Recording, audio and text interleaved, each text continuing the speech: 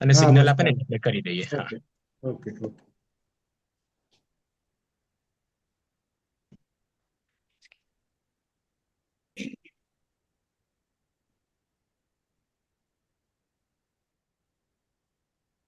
હા ચાલુ કરો, વાંધો નહીં. Okay, okay. Good evening to everybody. Good evening to all the faculties or all the consultants. I am not mentioning anybody's name because anybody's name. This is a really very good and very important initiative started by the so-called PG Assembly. If we think that it is only useful for the PG students, then it is going to be a just half-hearted answer, because it is useful because they are going to present the case in their colleges also, but it is providing the big platform where they can interact is. And the same way, if I want to very good bridge between the and their clinical applications, because here I can see many consultants who are doing a freelancing practice or private, they are also there, so they can give a good input regarding what is the like case based real on table scenario, as well as they can get the any newer knowledge or what newer updates are there. So this is a really commendable initiation done a really good job. They have done the first presentation, then the Baroda city branch also have done with the medical college help, and here also in the Surat city branch, ISA is going to represent this, and we are thankful to the government medical college Surat as well as the Swimmer hospital that from the GMC the residents are ready, and Bansari ma'am has really taken a good initiative, and so today we are going to be here, and we are going to have a really good academic fest. So we are just going to follow some basic uh, fundamental rules. Like if you have to convey anything, just raise your hand and appropriate time. The today's MOC is Dr. Dhaval Patel. He will definitely give you a time. If you have any question in between, you can definitely write down in the chats anytime. It is going to be remain the so now I am welcoming all the both the Raghav and Zubin, as well as the all our panelists, Bansri madam, Sunena madam, Archana madam, and as well as the Ketan Patel sir, who has just spared the good time from his busy schedule. So now I will just take over to the Dr. Dhaval Patel, who's a secretary from the Surat ISA city, and he is going to be a MOC today. So Dhaval, please. Good evening to all. Before we start, let me introduce first of all our presenter, Dr. Raghav and Dr. Zubin. They are the third year resident from GMC NSSI department, Surat. So before wasting the time, let's start the case presentation. Good evening, one and all. Today I am going to present a case of ischemic heart disease posted for right tibia nailing.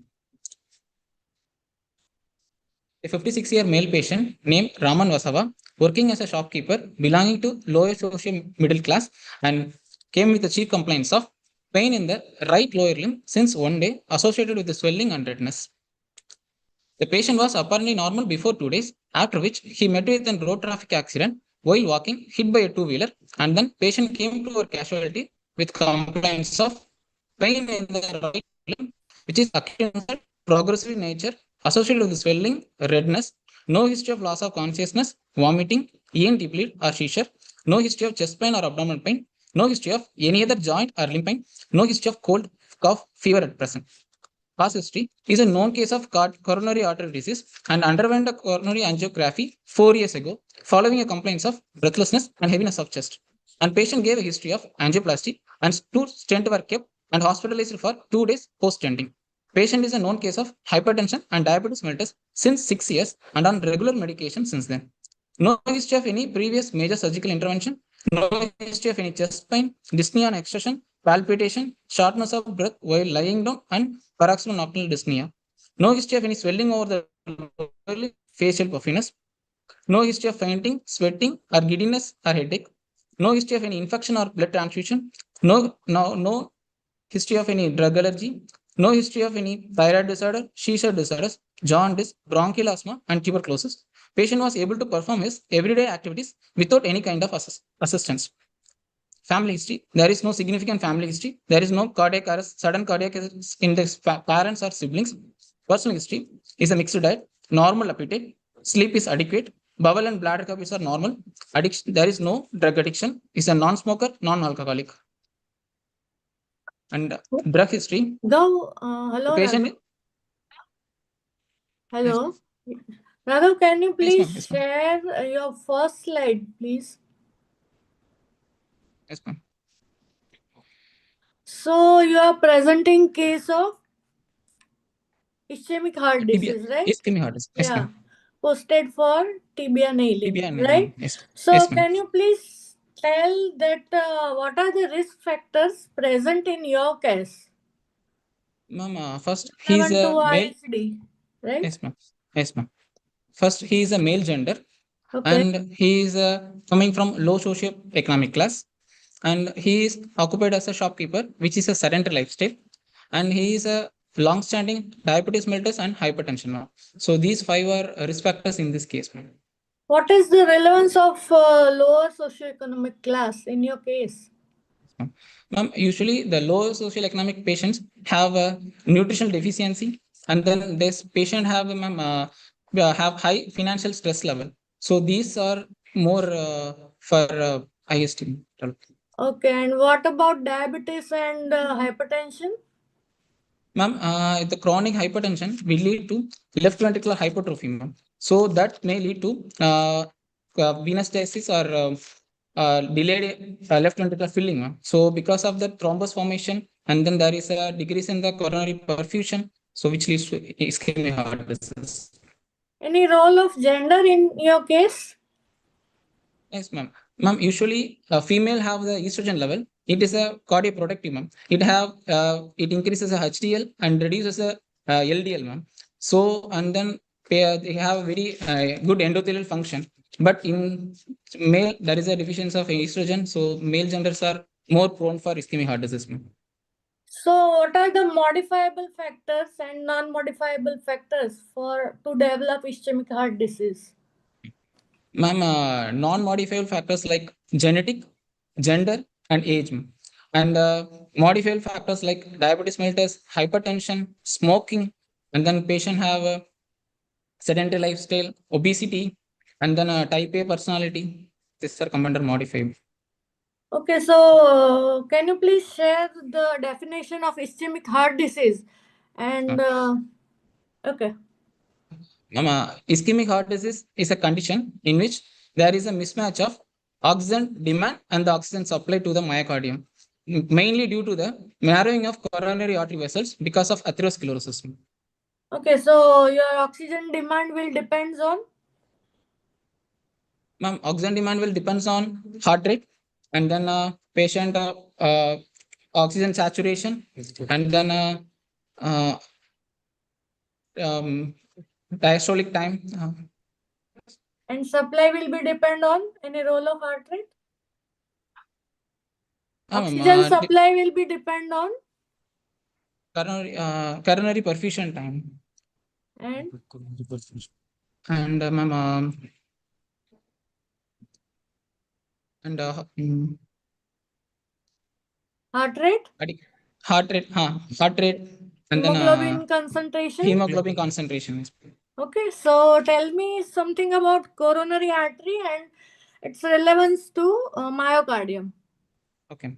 Ma'am, coronary artery is arising from the root of aorta just above the semilunar cusp wall, and then it divided into right coronary artery and left coronary artery, ma'am. This right coronary artery is further divided into right marginal artery and posterior descending artery, ma'am. And then left coronary artery is divided into left marginal circumflex artery and left anterior descending artery, ma'am. These right coronary arteries supply mostly SA node, AV node, right atrium, and right ventricle, ma'am. This left circumflex artery supplies the lateral wall of left ventricle, and then this left anterior descending artery supplies the interventricular septum and the inferior wall of the left ventricle, ma'am. So if any block or blockage in the right coronary artery will leads to conduction defect, ma'am. So patient may have bradycardia and arrhythmias. If any block in the left main artery which leads to sudden myocardial infarction and ischemia to this area. Okay. Next And slide, then please. Raghav, I want to add one thing in which we have discussed about the O2 demand. Yes. O2 demand, as you told, ki it is depends upon the heart rate. But the three things is also very important, like the contractile state of the heart, afterload, and the preload. yes, Okay. Yes. What is the volume of the patient, whether it is normovolemic or the hypovolemic or the euvolemic. Okay. So one is the preload, afterload, and the contractile state of the heart. It also the necessary for the O2 demand. Okay. yes, yes, So, Next slide, please. Okay, so you have asked about previous slide, please.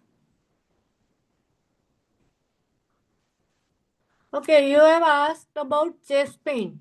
So, in patients with angina, can you please explain the character of chest pain? yes, ma'am. Ma'am, it's a sharp retrosternal chest pain or discomfort or heaviness, which always radiates towards the dermatome of CA to T4, mostly left shoulder and left arm, ma'am. And it is in a crescendo, decrescendo nature, and it lasts for several minutes. Sometimes relieved by rest or using a nitroglycerin, it will release, ma'am. Okay, so what are the other type of chest pain that you know? Yes, ma'am. Ma'am, there is, ma'am, there is a differential diagnosis. If it's a Okay. chest pain associated with the cardiac, there is maybe angina, myocardial infarction. If it is a pulmonary, then it will be a, if it is a vascular, then it will be a aortic dissection, pulmonary embolism, pulmonary hypertension. If it is a pulmonary or RS, then it will be tension pneumothorax or pleuritis. So if it is any muscular involvement, so costochondritis, muscular strain, and then, ma'am, if it is any GIT involvement, so we can suspect a GRD or gallbladder stones or peptic ulcer disease. If sometimes in patient with pancreatitis also have the chest pain. Okay, so what is the Canadian classification of angina? Ma'am, Canadian classification of angina have 4 classes. Class Okay. 1 is angina developed at sternus exercise, and angina develops when while walking more than 2 blocks and are walking climbing a stairs of more than 1 flight of stairs. Or class 3 is patient developing angina while walking between 1 to 2 blocks or climbing one stairs of 1 flight of stairs, ma'am. And class 4 is patient developing angina at rest, ma'am. Okay, next slide, please.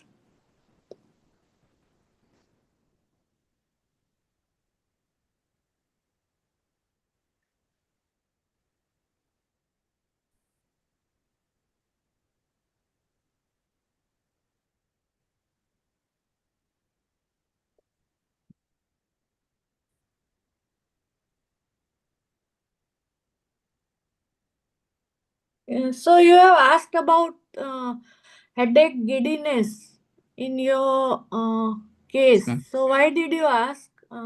Previous ma'am. slide, please.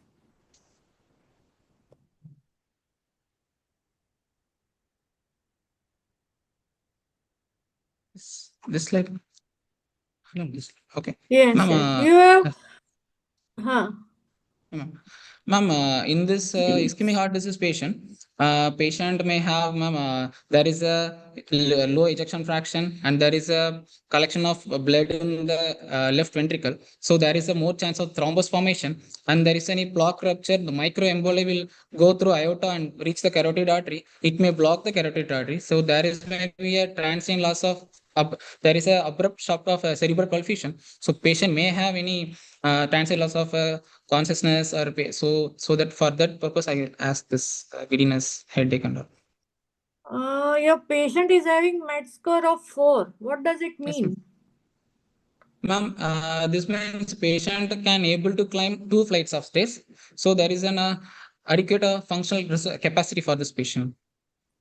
So you have measured functional capacity of the patient. Okay, so more than 4 Yes, is what is its significance? Like your patient is having med score of 4. patient can tolerate the surgery, and then there is a least risk of perioperative complications in this Okay, what patient. are other methods? What are other scores that can give Ma'am, idea about we functional capacity? ma'am, we have a DASI score, Duke Activity Status Index, and then we have a cardiopulmonary exercise testing, ma'am. By Okay, this course, we can assess the functional so capacity. Duke store is having. We is having a ma'am, total 12 criteria, and the total value is 58.2, ma'am. So Okay, if it is more than 34, then the med score is equivalent to 7, and patient have adequate functional reserve. okay, and what are the limitations of CPET? If a patient have a grade 3 or 4 NIHA classification, or patient have a severe aortic stenosis, or uh, patient have any severe arthritis, we can't perform this CPET. And then if patient have any uncontrolled congestive cardiac failure, we can do this. And then So which score is better? Is it MATS? Is it DASI or CPET? What do you suggest? ma'am, DASI is a better score, ma'am, Okay. because of limitation to this CPET. Okay. Next, go ahead. Thank you. Ma'am, drug history. The patient is on the following medication: tablet metformin 500 milligram BD, tablet dapagliflozin 10 milligram OD, tablet nifedipine 20 milligram BD, tablet atorvastatin 10 milligram 1 HS, tablet aspirin 75 milligram OD, tablet clopidogrel 75 milligram 1 HS, tablet isosorbate dinitrate 20 milligram, hydrolysine 37.5 milligram BD, tablet metoprolol 25 milligram OD, and tablet torsemide 10 milligram OD. Yeah. So, doctor, yeah, the drug history. Can I have the drug Yes, history? yes, So, can you tell me the importance of each and every drug, the metformin starting from the diabetic drugs? yes, ma'am. Ma'am, this patient is a known case of diabetes mellitus, and he is in a metformin. And metformin is a biguanide group of drug, ma'am. So it decreases gluconeogenesis, and then it so by this we can use it in the diabetes mellitus. And dapagliflozin, it is an SGLT2 inhibitor, ma'am.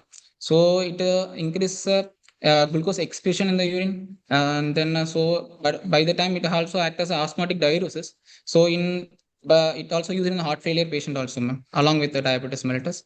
And patient is in a nifedipine. It's a calcium channel blocker.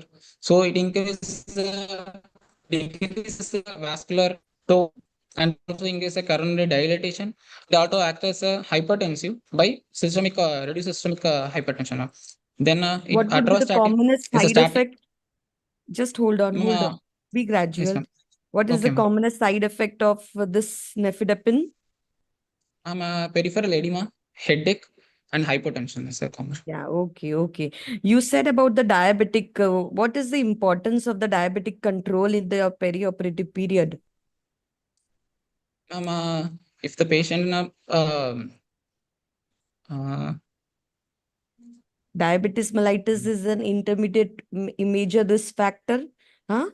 It is one of the criteria seen with your revised cardiac risk index also. yes, ma'am, it is The cardiac sugar control index. is very Yes, ma'am. important. If the patient is on Yes, ma'am. insulin, then the risk factor is much high.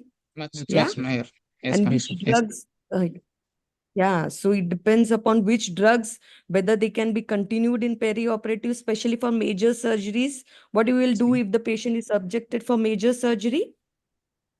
Ma'am, we have to actually, if it is a oral hypoglycemic agents, we have to stop the oral hypoglycemic agent on the day of surgery, and then we have to check the patient RBS glucose level, random blood glucose level. If it is a normal control or less than 180, we can proceed to surgery. If it is more than 180 or uncontrolled, we can use the institution, ma'am. Yeah. Okay. What is the role of atorvastatins in this patient? Yes, ma'am. Statin is a HMG-CoA reductase inhibitor, ma'am. So by this, it will reduce the lipid oxidation and it will stabilize the plaque stabilization, ma'am. So it is helpful in a patient having an ischemic heart They are disease, very important for the stabilization of the plaque. stabilization of the plaque. Yeah, Yes, ma'am. even during the periods of ischemia, also they advise giving statins loading dose. So they are very important. Thereafter, you have got aspirin and clopidogrel. What about them? Ma'am, aspirin is a cyclooxygenase 2 inhibitor, ma'am. So by this, it will reduce thromboxane A2, by which it will decrease the platelet aggregation, ma'am. So it is helpful in this patients. And clopidogrel is a ADP P2Y2 receptor blocker, ma'am. So by this, it will prevent the platelet aggregation. Yeah. So the main issue of ischemic heart disease is the formation of the plaque, which Yes, can ma'am. be prevented and decrease the incidence by having the aspirin and clopidogrel. But again, in perioperative period, what precautions you are supposed to take with regard to these drugs? Yeah, ma'am. This uh, patient have more chance for bleeding risk. So we have to talk with the surgeon about the surgery and regarding the blood loss. And we have to talk with the patient also, ma'am, when the last dose of clopidogrel or aspirin taken. So accordingly, we have to plan the management of anesthesia. Yeah, perioperative period, drugs need to be stopped so as to avoid the bleeding. Yeah. Bleeding, yes, ma'am. Yeah, okay, fine. Thereafter, you have get nitrates. What's the role of nitrates? Nitrate is a venodilator. It dilates the coronary artery also. So patient have more perfusion to the myocardium. So by this patient, pain will subside. Yes, ma'am. And it also reduces the preload. It is a coronary dilator. It will Dilator. increase the perfusion. Very important drug. Hydralazine is what? It It's is an a arterial dilator, ma'am. So it also reduces the afterload, ma'am. So by that, patient myocardial oxygen demand will reduce. okay. Thereafter, we have got metoprolol, role of metoprolol. Yes, ma'am. Metoprolol is a beta blocker, ma'am. Metoprolol is like it decreases the heart rate by it decreases the heart rate so that the demand of myocardium is reduced, and also it increases the diastolic time, ma'am. So it increases the coronary perfusion time. So it increases the coronary artery supply, and also it acts as an antihypertensive, ma'am. So It it is also better in causes membrane stabilization, stabilization. decreases Yes, the ma'am. demand, decreases the incidence of tachycardia. Okay. What else? Thereafter there is torsemide. What's the Torsemide. role? Ma'am, torsemide is a loop diuretics. It acts on the sodium potassium 2 chlorine co-transporter. So by this, it decreases the intravascular volume and decreases the preload, ma'am. So by that, it decreases the left ventricular end diastolic pressure. So by this, there is an increased better coronary perfusion also. Okay.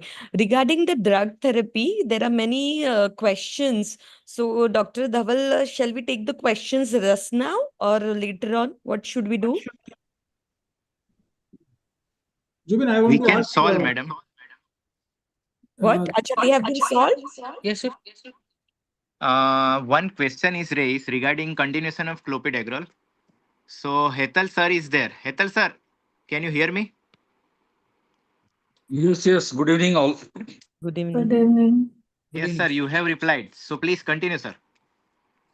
So, in case of emergency, you don't have a much of the choice because you have to give because I mean the patient is already maybe taking since long this kind because this patient, particularly this patient, is having 2 years back angioplasty done.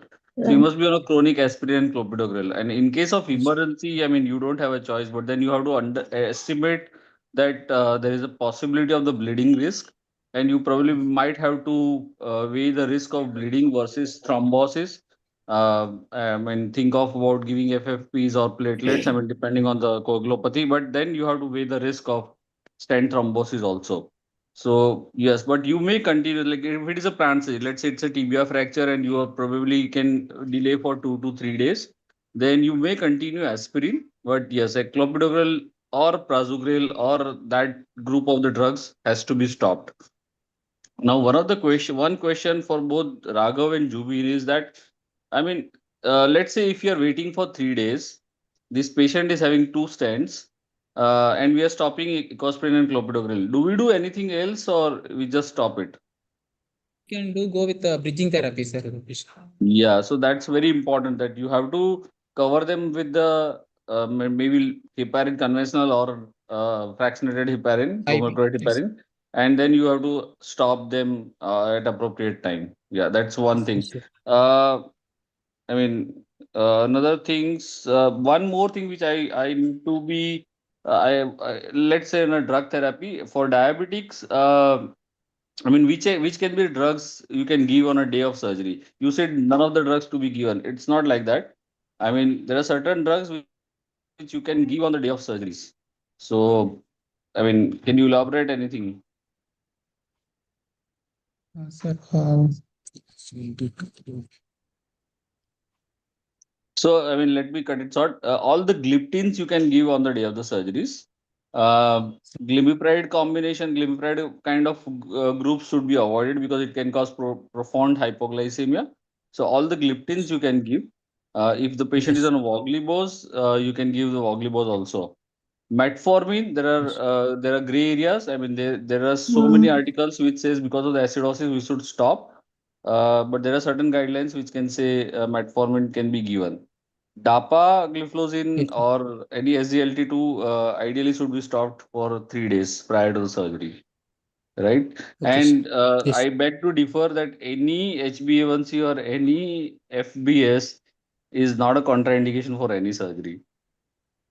So none of the guidelines says so, So it's not right? a contraindication, but the risk factor increases if the Yes, sugar levels is high, more than yes.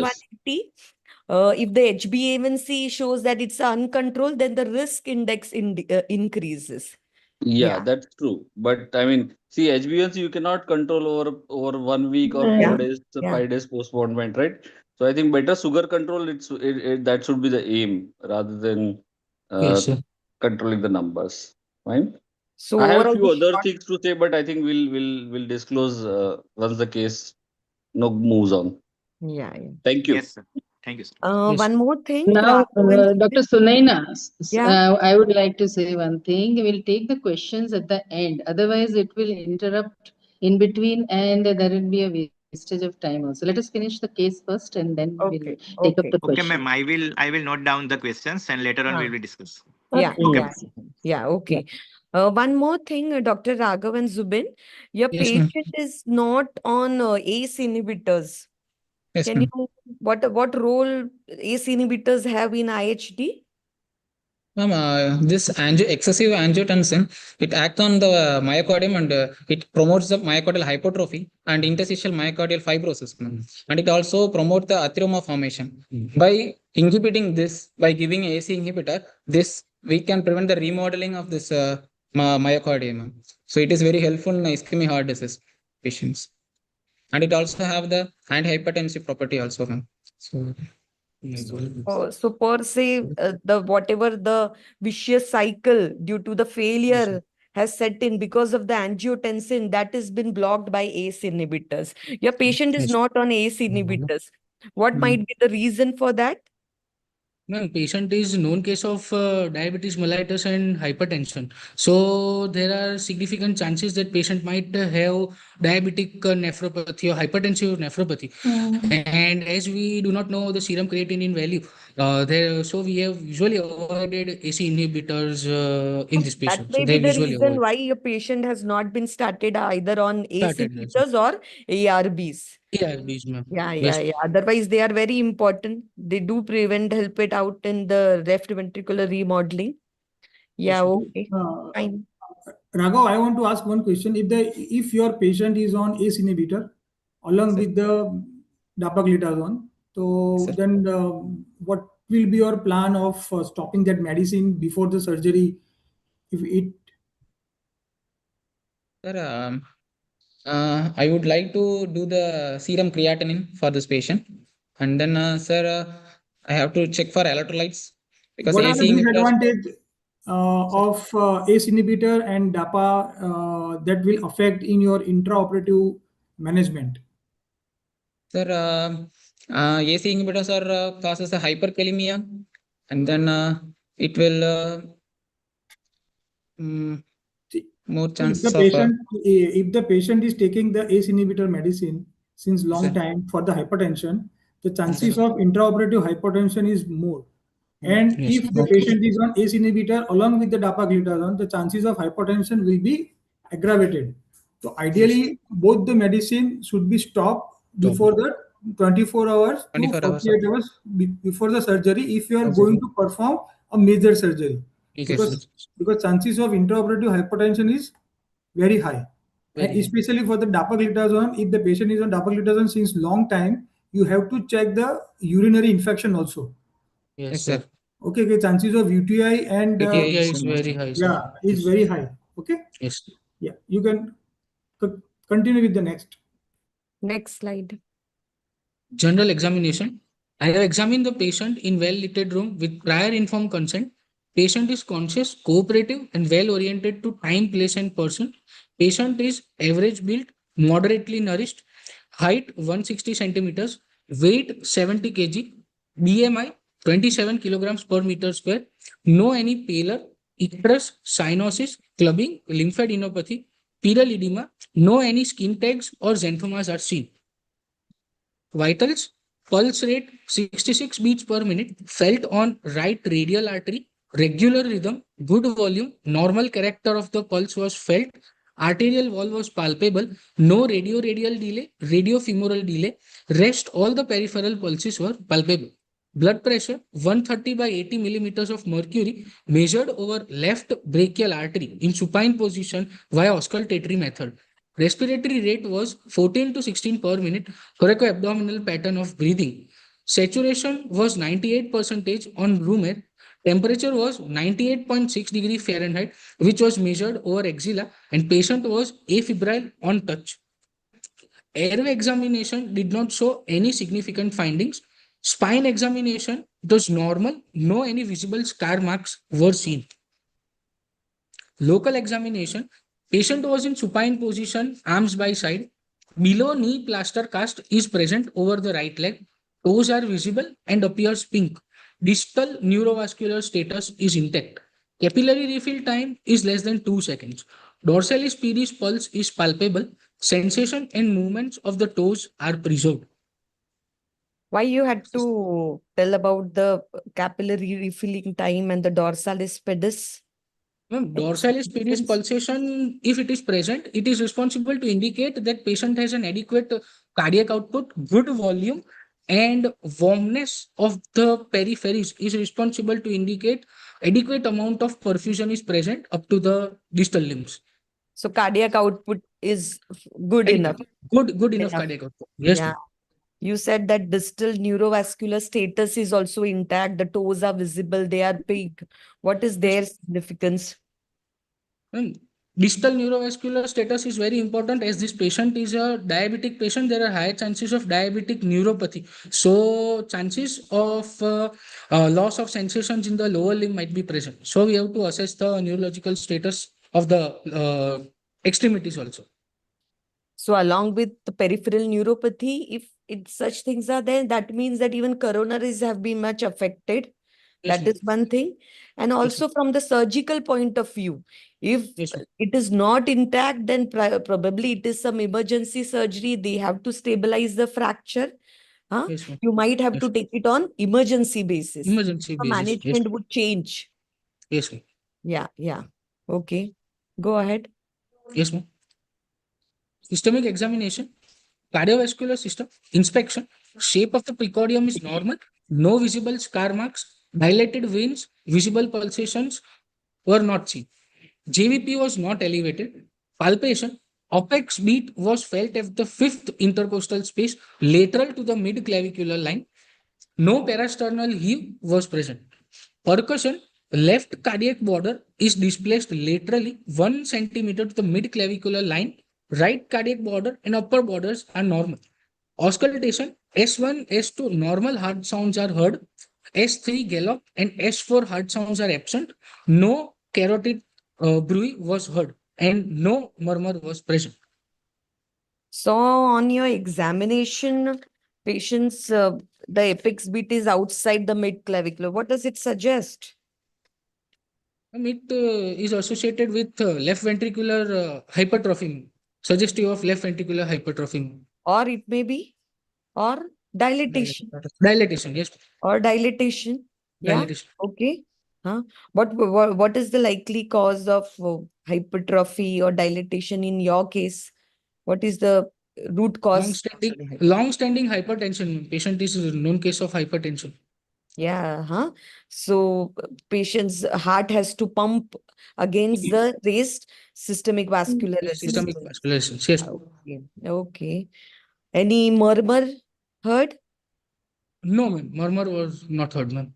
Which valvular disease you may think which is associated, which may have a IHD-like picture?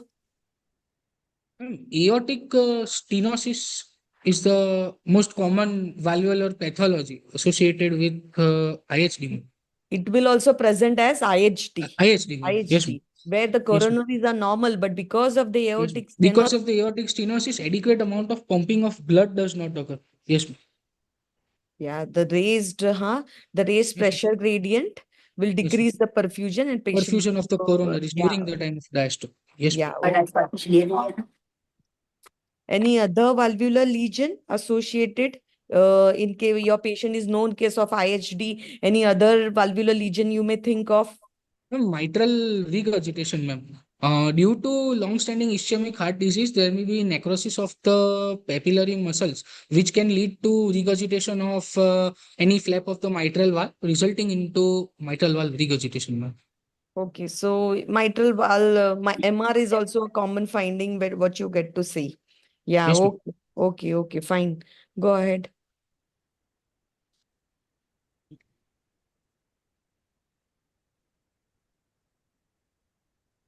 Respiratory examination, trachea is centrally located, bilateral air entry equally present with symmetrical chest movements, no added sounds.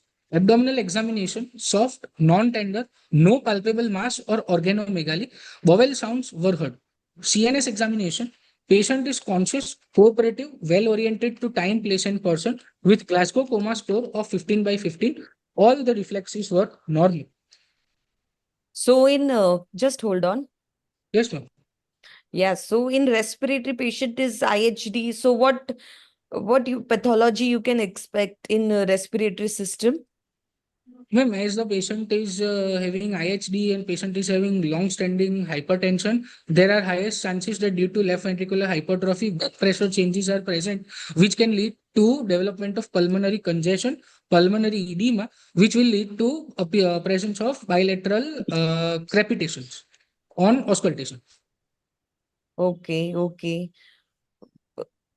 Again, what are the other ways patient, how do you diagnose if the patient has some left ventricular issue, left ventricular dysfunction?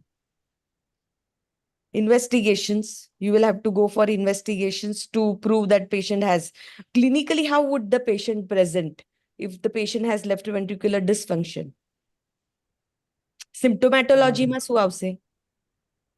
Ma'am, dyspnea and exertion patient may have.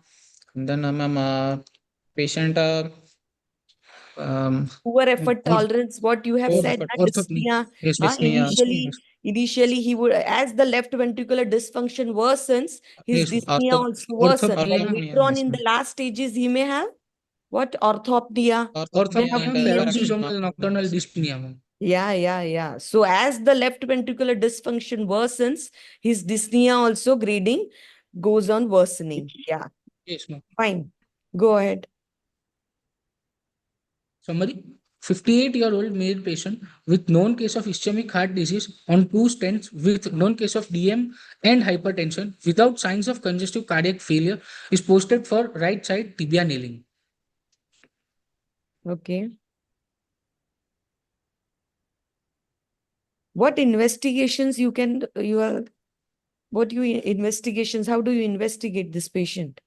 Yes, ma'am. First of all the routine baseline investigations will be done, which includes complete blood count, which involves hemoglobin, white blood cells, total leukocyte count, and total platelet count. Second, I would go for fasting blood sugar level, PP2BS, and HbA1c, as the patient is known case of diabetes mellitus.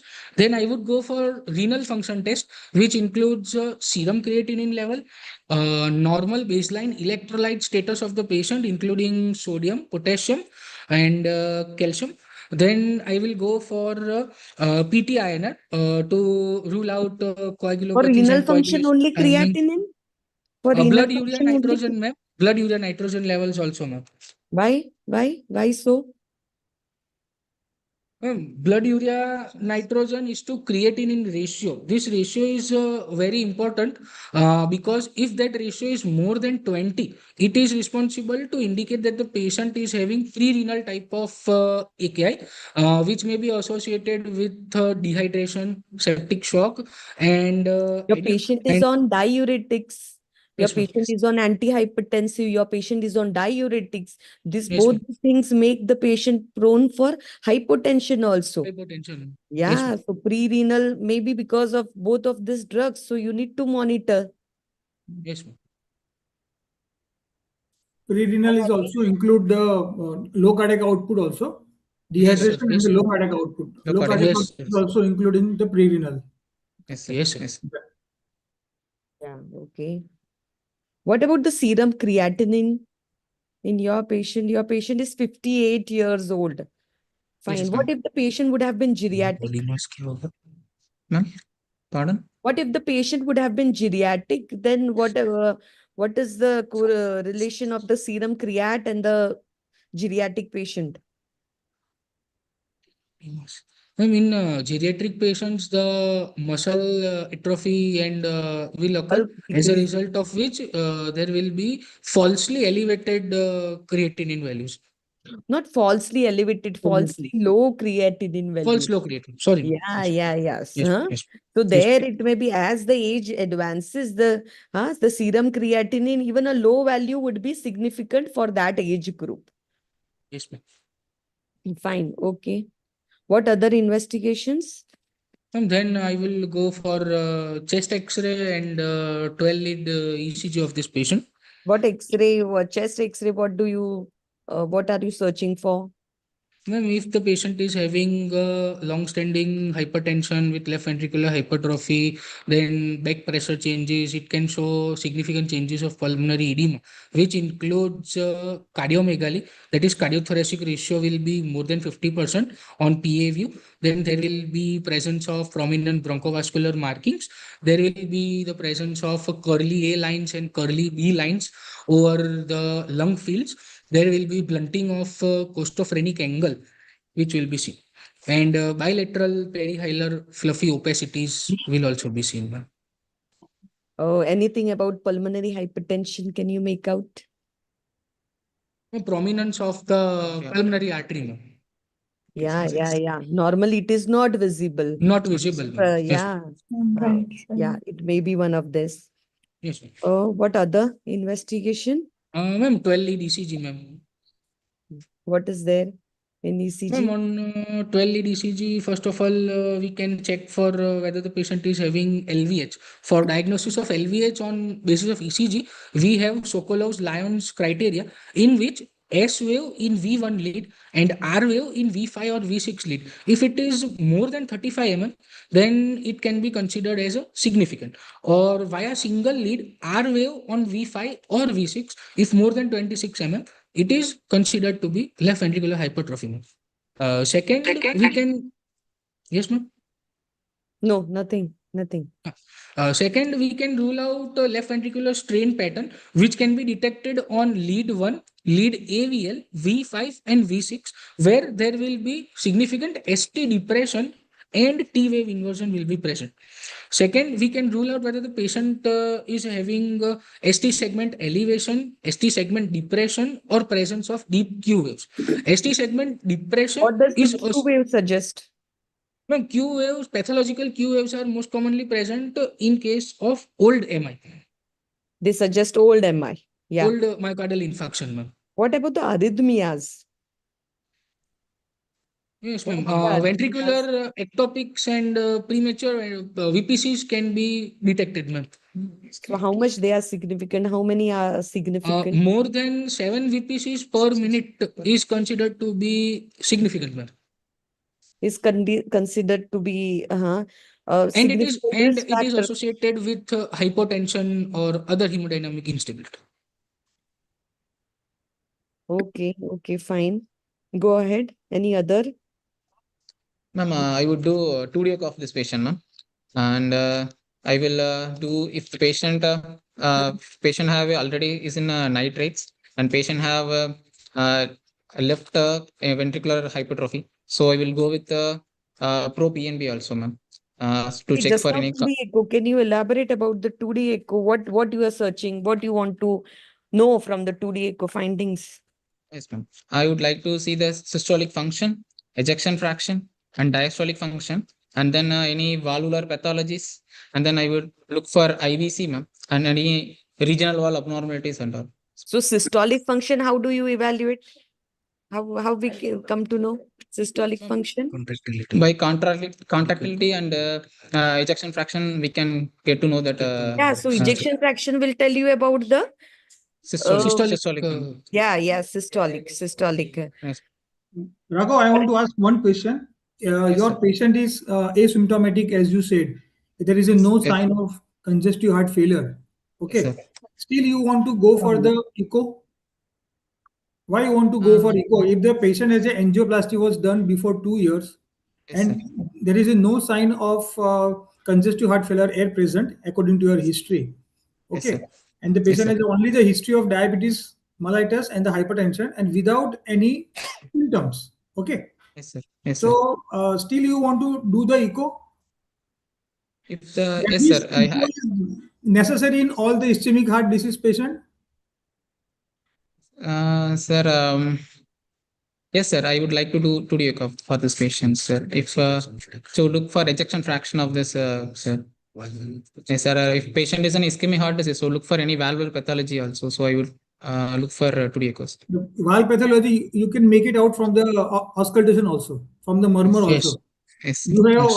on the clinical examination, you have mentioned there is no murmur. Yes. Okay. Yes, sir. That means you can rule out the valve pathology also Yes, sir. clinically. Still, you want to do the echo because each and every setup doesn't have facility to the echography. Okay. Okay. Yes. So, what is the things that you see in this patient? Can you suggest the echo? What are the things that? Sir, patient in ECG have a LVH pattern. For patient, sir, still patient is in a nitrate, which means if patient stop the medication, patient may have a pain. So, and then patient is in a diuretics and also I look for 2D echo. So that's The patient is on the patient. diuretic therapy. Patient is yes, patient is taking the nitrates. After Yes, the sir. angioplasty, also he is on the nitrates. Yes, sir. So it may be the indication of the echography. But otherwise, patient is on the only the antiplatelet medicine, statin, beta blocker. You don't require do the echo in all the ischemic heart patient. Yes, Okay. sir. Yes, sir. And Yes, sir. even if there is no facility of the echocardiography, can you judge your ejection fraction from the echo ECG only? Yes, sir. We can. Yes, sir. We can How assess, can sir. you make Yes, sir. out this patient ECG is this much, so I don't require the echo? How can you say Sir, from the ECG? sir, in by seeing a Q wave, sir, Yes, sir. we can assess the ejection fraction. If the From the Q wave, QA, you can judge the ejection fraction. Old MI. What is the significance of QA? sir, Q wave is which the deep Q waves will show about the post infarct MI, sir. So, but if the S wave is deeper than R wave and lead one more than 20%, that suggests this patient have ejection fraction is less than 40%. Yes. Then see, Sir. you have to coordinate your findings along with the QO and the RWO. See, if Yes, your sir. RWO progression is good from V1 to V4, V5 leads, okay, that means the patient has a good exert ejection fraction. Okay, and Yes, if sir. there is no pathological QO, okay, then also you can suggest there is a ecography is not required in this patient. All the ischemic patient, if the patient having a recent angioplasty was done within the less than 3 months. Okay. When there is a in the history, you can suggest the patient has any type of arrhythmia during the angioplasty was done. Patient has a history of LVF when he's presenting for the angioplasty. So this type of the history, if you get, then you can consider for the echocardiography. Otherwise, patient is 2 years history of angioplasty, and patient is completely asymptomatic, then each and every ischemic heart disease, you cannot do the echocardiography. Okay, Yes, you sir. can make out Yes. some ejection fraction roughly from the ECG also. So it is very, very Yes. important. And along with that, you can see the bradycardia or the tachycardia on the ECG. Okay, patient Yes. is already on the beta blocker. So your heart rate should be in the control. Second thing is the PR interval and the QRS interval. You can see that QRS. there is a PR prolongation. QR is also more than 120 second. Along with that, finding out the Q wave, R wave progression. See, everything you have to collaborate, and you can make a judgment if this patient has a ejection fraction roughly more than 40% or the 50% by the size of the R wave. Okay, as Yes, sir. compared to the Q wave. So we Yes. can Yes. avoid the echocardiography in all the ischemic heart patient. Yes, sir. Yeah, you can go for the next slide.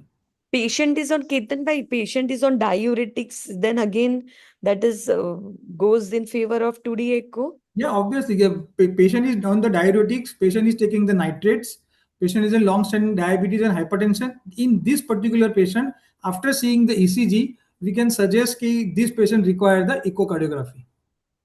First of all, we have to see the ECG also along with this finding. If there is a poor progression of RA and everything is present in this patient, PR interval is prolonged, QR is also prolonged, then you should consider for the echocardiography in this patient. Okay, Okay. Yes. and Yes, sir. especially if the patient has a recent angioplasty done on the inferior wall MI. See, if the history suggests the angioplasty was done on the circumflex or the inferior wall MI, because these two vessel angioplasty can cause the moderate Yes, MR, yes. Yes. because they are supplying to the the papillary muscle Papillary we have muscle. already Capillary talked in muscles. the previous Yes. lecture. Okay, Yes. so if there is a symptoms also present, then you can consider for the echocardiography to rule out the MR, because MR will Yes. cause give the more problem during the perioperative portion. Very operative. Okay, yeah. Yes. Okay. Can I add something on eco? Hetal Yeah. here, sorry. Yes, sir. Ketan, the AHA guideline says, as you mentioned very rightly, that if the patient is asymptomatic and it is a stable patient, then there is no need for echo. But if the patient is having this kind of patient, if they are clinically stable asymptomatic, no need. But ideally, if it is not done in last 1 year, then it is better to go for an echo in this kind of patients. Yes, sir.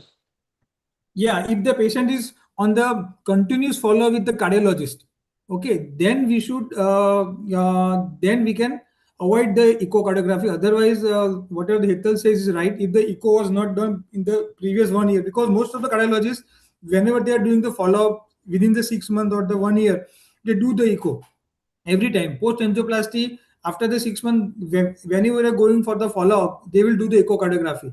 But the patient is not in the continuous consultation of the patient, and a patient is taking the medicine like whatever was suggested during the angioplasty, then according to the symptoms and the ECG, you can advise for the echocardiography.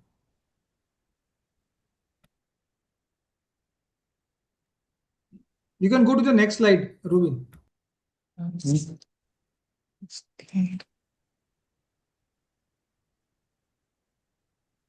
Okay.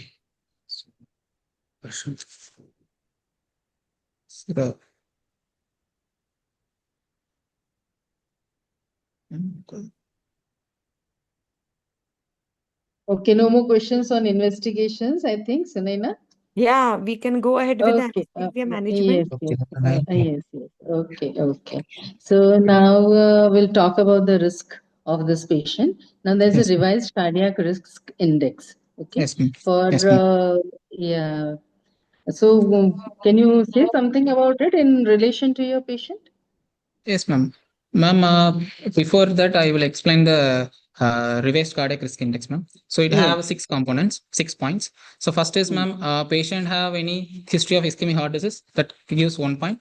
History of cerebral vascular disease, or history of congestive cardiac failure, or a known case of long-standing diabetes mellitus with insulin dependent, and patient have serum creatinine more than 2, they gives a 1 point, ma'am. Or patient undergoing any major surgery, then gives a 1 point.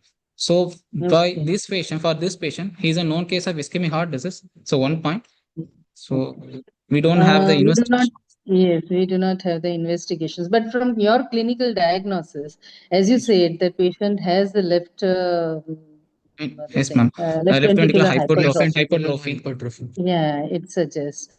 So we can say that he could be having, may be having, or may had in past. He could have had a Consist. left ventricular dysfunction.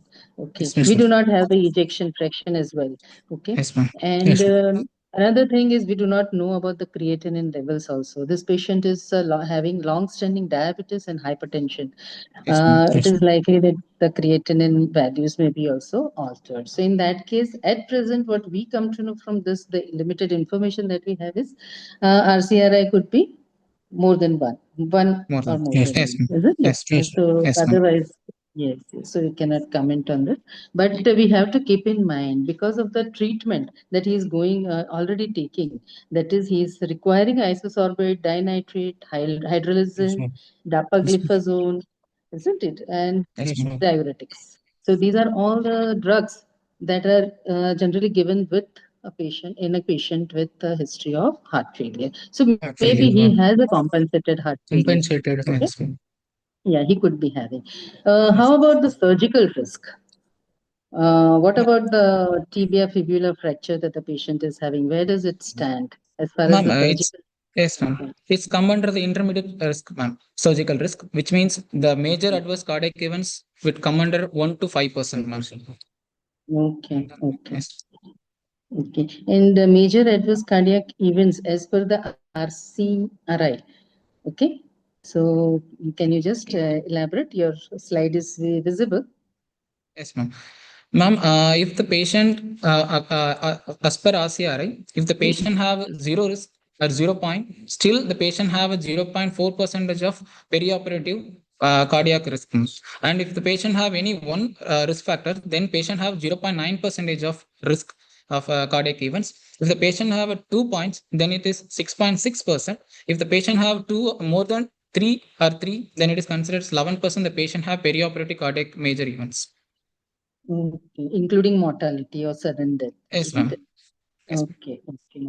So now, can you tell me about the type of the surgery that the patient would now undergo, as it is a tibia fibula fracture? Probably it's a closed fracture, isn't it? Yes, close So now it festival. is emergency or non-emergency. Can you please tell me?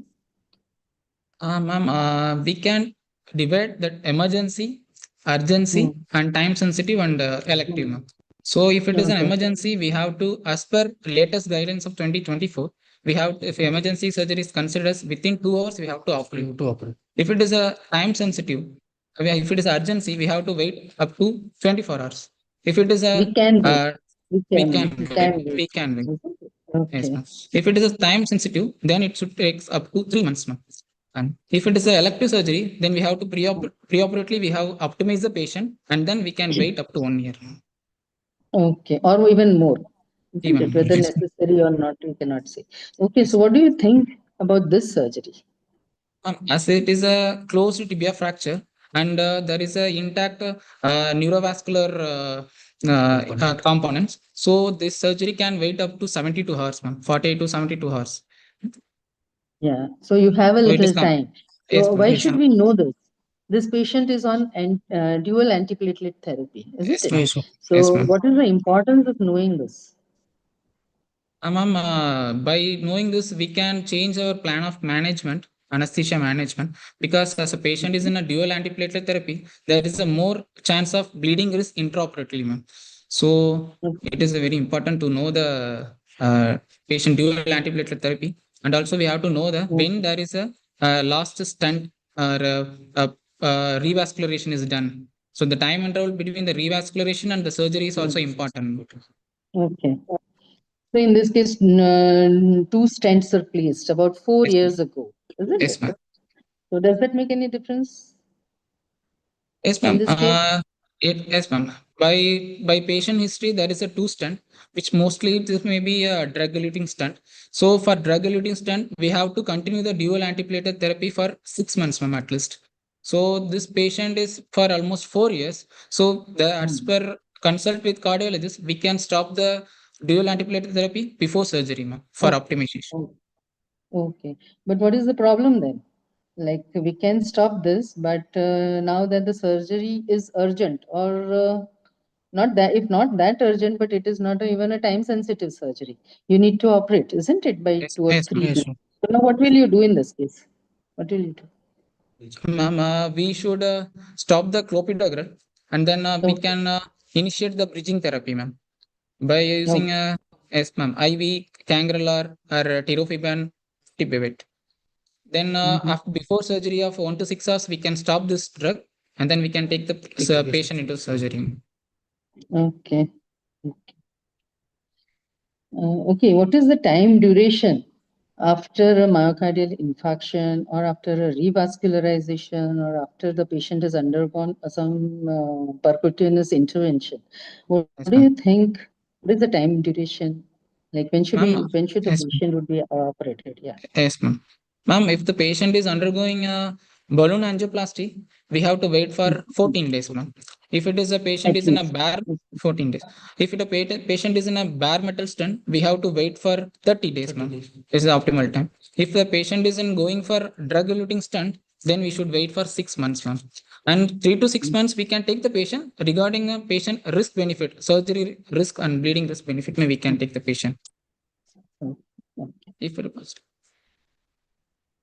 Okay, so now that your patient is ready for the surgery, what you call the MET score is also more than 4. 4, yes, So, ma'am. okay, so how will you prepare this patient? Yes, How will you ma'am. prepare the patient? Yes, Yeah. ma'am. So previous day of the surgery, I would take the history of the patient, and then I will look after the basic investigation of the patient, and then I will stratify the patient and risk stratification score, RCRA score, and then I will explain the patient regarding the plan of anesthesia and the perioperative risk, and counsel the patient.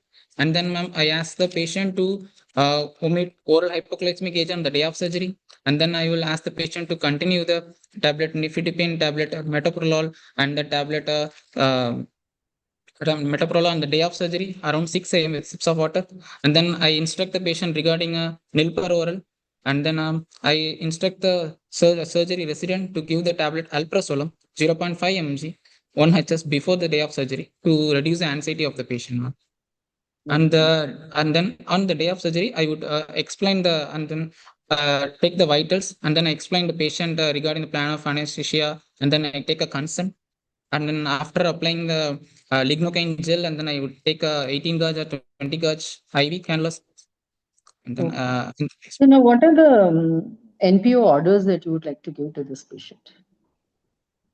ma'am, this patient, I would like to take a oral clear fluids till 2 hours before the surgery, and then I will ask the patient to avoid the solid foods before 6 hours of surgery.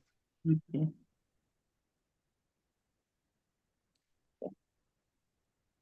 Okay. For how would you counsel the patient? You will have to relieve the anxiety of the patient, isn't it? It's proper counseling and the risk consent. What do you think? What would be the ASA class that this patient would fall into? As the patient is having long-standing hypertension with diabetes mellitus, and patient has previous history of stenting, and patient is currently also on therapy of nitrates, we will give ASA physical score of class 4 with perioperative risk of myocardial infarction, intraoperative risk of arrhythmias, sudden cardiac arrest on table. Okay, okay, okay. Okay, but then this will cause a lot of anxiety to the patient, isn't it? So you will also have to counsel the patient. Yes, ma'am. Okay. So now what is the OT preparation that you would like to do in this case? Ma'am, I would like to set the OT temperature around 23 to 25 degrees Celsius. And then I would arrange the cardiac antiarrhythmic drugs and then trace card. And then I would arrange the supraglottic airway devices. And then I would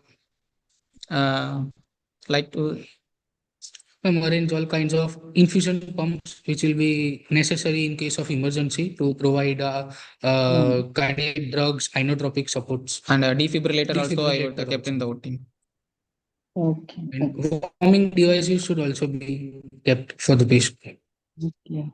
Okay. What about the monitors? What monitors would you keep ready? Standard ASM monitoring devices will include a 3-lead, 5-lead ECG. Second, we will use non-invasive blood pressure monitoring. Third, we will use nasal EtCO2 in patients where we will give regional anesthesia, or normal EtCO2 for cases of general anesthesia. Because EtCO2 value is indirectly associated with adequate amount of perfusion and cardiac output. Then we will go for temperature monitoring, either nasopharyngeal probe or esophageal probe or peripheral probes can also be used. Then we will go for adequate urine output monitoring, pulse oximetry monitoring, and if the patient is posted for some high risk surgery, then we can go for invasive monitoring, which includes CVP monitoring and arterial line invasive blood pressure monitoring. If the patient is given general anesthesia, we will go for neuromuscular monitoring, cough count, and we will also use bispectral index monitoring to prevent awareness during general anesthesia. And even overdose. What is the plan of anesthesia in this case? Ma'am, I would like to go with USG guided peripheral nerve blocks, ma'am. So for this patient, preoperatively, I will give anxiolytic midazolam 0.3 to 0.5 mg per kg IV, and then I would take the patient inside the OT, and then I will prepare a patient for USG guided peripheral nerve blocks, ma'am. So most I would like to give femoral plus popliteal sciatic block, ma'am, for this patient. USG So it is, guided, isn't it? yes, ma'am, USG guided. Okay. So what are the advantages of this? Ma'am, this will give you better hemodynamic stability, and then ma'am, a patient have post-operative better analgesia, and then patient have early mobilization, and by block we can avoid the airway manipulation in during GA, so we can avoid by keeping block. Oh, okay. So, what are your goals? Goals of anesthesia, isn't it? Yes, ma'am. My goals of anesthesia is to maintain the myocardial contractility, and then I can maintain the O2 supply and the demand, ma'am. So I avoid tachycardia and avoid hypotension, hypertension. I should maintain the euvolemia status of the patient by goal-directed therapy, fluid therapy, and then I would like to avoid hypothermia, and then I would like to detect the perioperative MI and manage the and up vigilant monitoring, and then Okay. Okay. Okay. So, in case if you are not able, okay, there's a question in the chat that surgeons love tourniquet than blocks. Okay. So, can you throw some light about the use of tourniquets in this patient with the ischemic heart disease? Usually, tourniquets in patients with ischemic heart disease should be avoided because it after 30 minutes of application of tourniquet, it will lead to hypotension and tachycardia, which will be detrimental to the patient with ischemic heart disease, as it will alter the normal myocardial oxygen supply demand, and it can predispose the patient to perioperative risk of MI. Or if they need to use it, we can allow them to use for minimal time of 30 to 60 minutes with adequate time for deflation. So during the time of deflation, adequate amount of fluid should be provided, because there is high risk of ischemic reperfusion injury, hypotension, and it can even lead to metabolic acidosis. Okay, okay. So that answers that question as well. Okay. So any other plan? Do you have any plan B? In case if you are, see now, peripheral nerve blocks needs a lot of expertise, isn't it? So what Expertise. are Yes, ma'am. the problems with this? Ma'am, Giving peripheral. They are very good for the patient, but you need to have a good expertise we also with it. yes, ma'am. Yes, ma'am. We need to Okay. have So in, expertise. yes. And then So we have yes, ma'am. so in Ma'am, case if if we are not able to give peripheral nerve blocks, Yes, ma'am. can you discuss about your plan B? Yes, ma'am. If we are unable to give peripheral nerve blocks, we can go for plan B, which involves combined sequential spinal epidural anesthesia, in which via CSE kit needle through needle technique, we will initially give local anesthesia at the site of injection, where we will first locate the epidural space.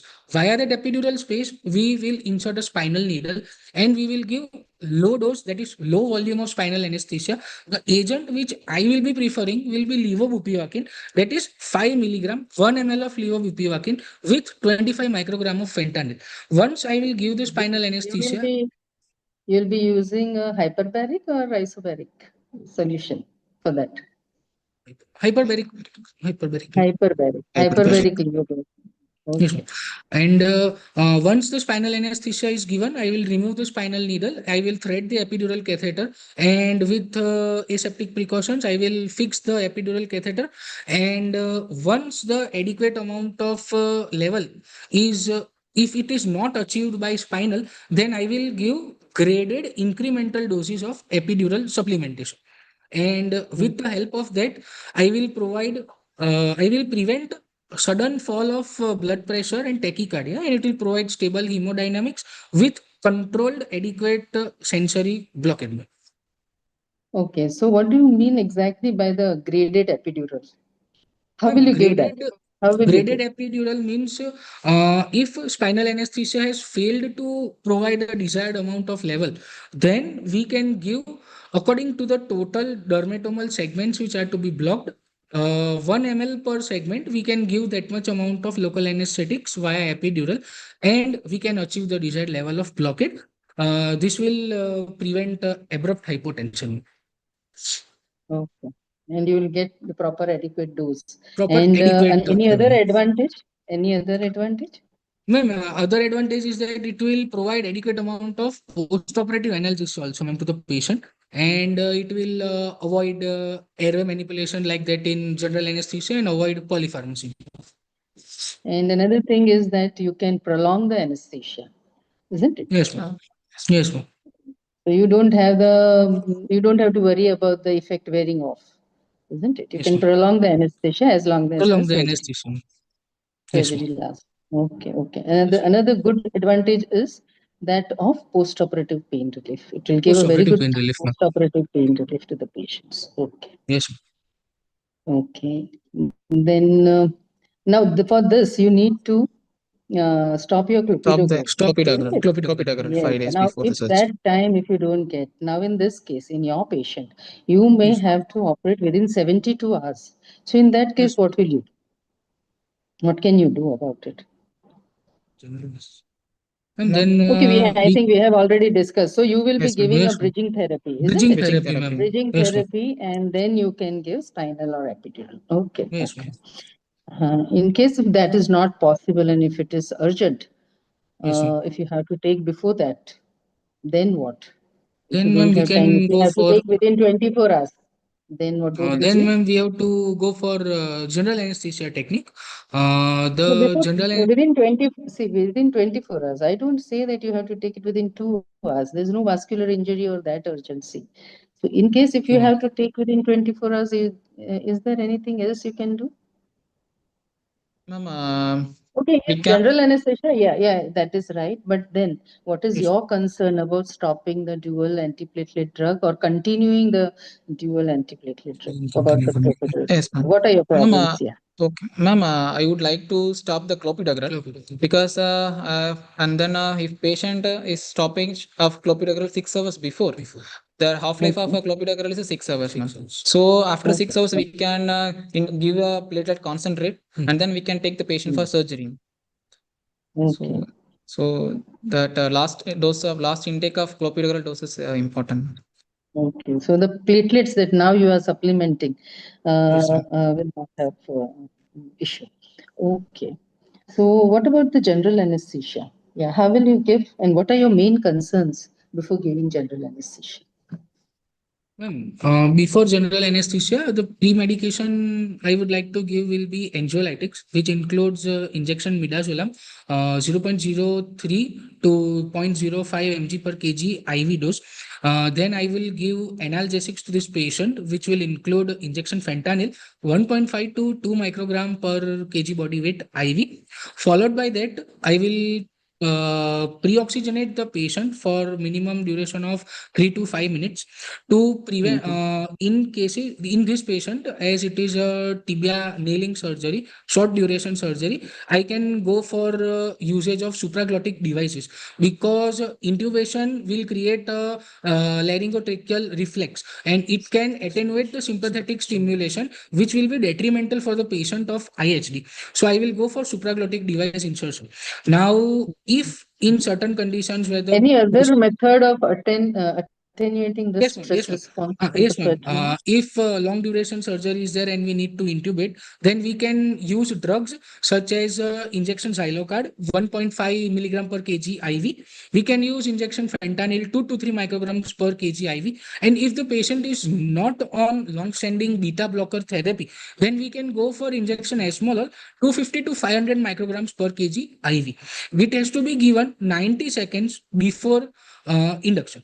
Now the induction agent which I will be choosing So even include. even before, even if you are not intubating, you can attenuate the stress Yes. response, because even your laryngeal mask can also cause a little bit of stress response. Of course, it is less than the intubation, laryngoscopy and intubation, but Yes, it ma'am. would be better if you can attenuate the stress response. Okay.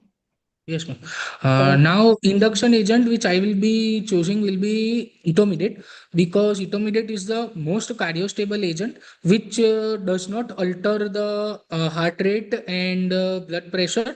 And if etomidate is not available, then we will go for titrated incremental doses of injection propofol, where we will give propofol as a 0.5 milligram per kg doses, and we will watch for hemodynamics, blood pressure, and eyelashes reflexes. And once the patient is in adequate sedation, then we can go for intubation attempt. If injection etomidate has to be used, the dose will be 0.2 to 0.6 mg per kg IV. Once adequate pre-oxygenation induction is done, I will go for insertion of supraglottic device. Second generation supraglottic device will be preferred. I will most probably go for LMA protector or LMA ProSeal.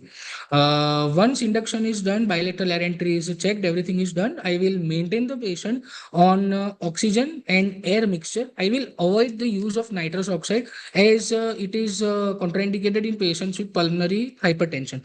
And maintenance agent, I will go for sevoflurane or isoflurane. Even desflurane can also be used. For ventilatory strategy, I will go for tidal volume of 6 to 8 ml per kg. I will maintain the peak positive and expiratory pressure, PEEP of 3 to 5 centimeters of water. Normal You airway can even pressure. avoid PEEP. Zubin, you can even avoid Yes, ma'am. PEEP only Yes. if it is needed, because your Yes. patient, Yes, you ma'am. will have to Will. see, Yes, you ma'am. will have to maintain the hemodynamic stability, Hemodynamic and that status. can cause Yes, ma'am. hypotension as well. Yes, ma'am. Yes, ma'am. Yes. We will maintain the peak and plateau airway pressures between 20 to 25 centimeters of water, because significant increase in the airway pressures can even lead to hypervolemia, which can be associated with left ventricular failure. And maintain the frequency or respiratory rate of 12 to 14 per minute. Once during the OT, we will go for goal-directed fluid management, because if we will provide less amount of the fluids, it can lead to significant fall in the cardiac output, decrease in the adequate organ perfusion, and it can predispose the patient to AKI. And if excess amount of fluid will be given, it can lead to development of pulmonary edema and congestion. So I will go for goal-directed restricted fluid therapy, where adequate dynamic parameters are used to determine adequate tissue perfusion. For that, we can go for CVP line insertion and CVP monitoring, and we can go for invasive blood pressure monitoring, where we get beat to beat monitoring, pulsation monitoring. You can even know the mean arterial pressure. So what is the mean Yes, ma'am. arterial pressure that you would like to maintain in this patient? MAP, mean arterial pressure, will be maintained as more than equals to 70 mmHg in this patient. Okay. And would your urine output help you in? Yes, ma'am. Urine output is very much helpful to provide adequate fluid volume to the patient. Yes, ma'am. Okay, so you want at least 0.5 milligram 0.5 per ml per kg 0.5 per ml per kg ml per of kg per urine hour output. of urine output, ma'am. Okay, okay, nice. So, and how about your extubation? It is again very stressful, isn't it? So, Yes, ma'am. in this patient, what care would you take? Ma'am, I would like to give injection fentanyl 2 microgram per kg 30 minutes before the extubation. And then, ma'am, I would like the if the patient is intubated, then I go with the Bailey's maneuver, ma'am. Yes, sir. Okay. So, yes, ma'am. So by this we can prevent the sympathetic stimulation during extubation. And then after Okay. extubation, So I that would like this to maneuver you would like to do at what stage? during a deep anesthesia, patient in a deep anesthesia, I would like to Okay. do this Bailey's maneuver. So, in that case, what do you do? I would like to insert the supraglottic airway device behind the endotracheal tube after insertion into the oral cavity, and then I would deflate the endotracheal tube and then remove the Okay. endotracheal tube, and then I will place the supraglottic device in this place. Okay. Raghu, I want to ask the intraoperative part. You reached to Yes, the sir. extubation. Yes, Whenever you attach all the monitor to the patient, okay, Yes, now sir. the case is about to start. Yes. Okay, and how will you diagnose your intraoperative MI in Yes, sir. particularly this patient? If you have given Yes, the sir. general anesthesia or Yes, not sir. given the general anesthesia, or a patient is on the Yes. spinal. Okay, Yes, sir. Yes, yeah, sir. so just So, let me know which are your finding.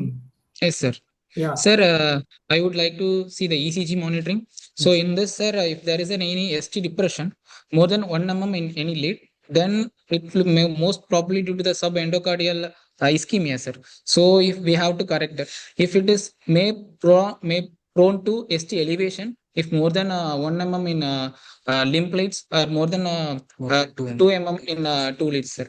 And then if any new onset of bundle branch block or any new T wave inversion or patient in ECG may any arrhythmias or sudden tachycardia and sudden hypotension, and if there is any then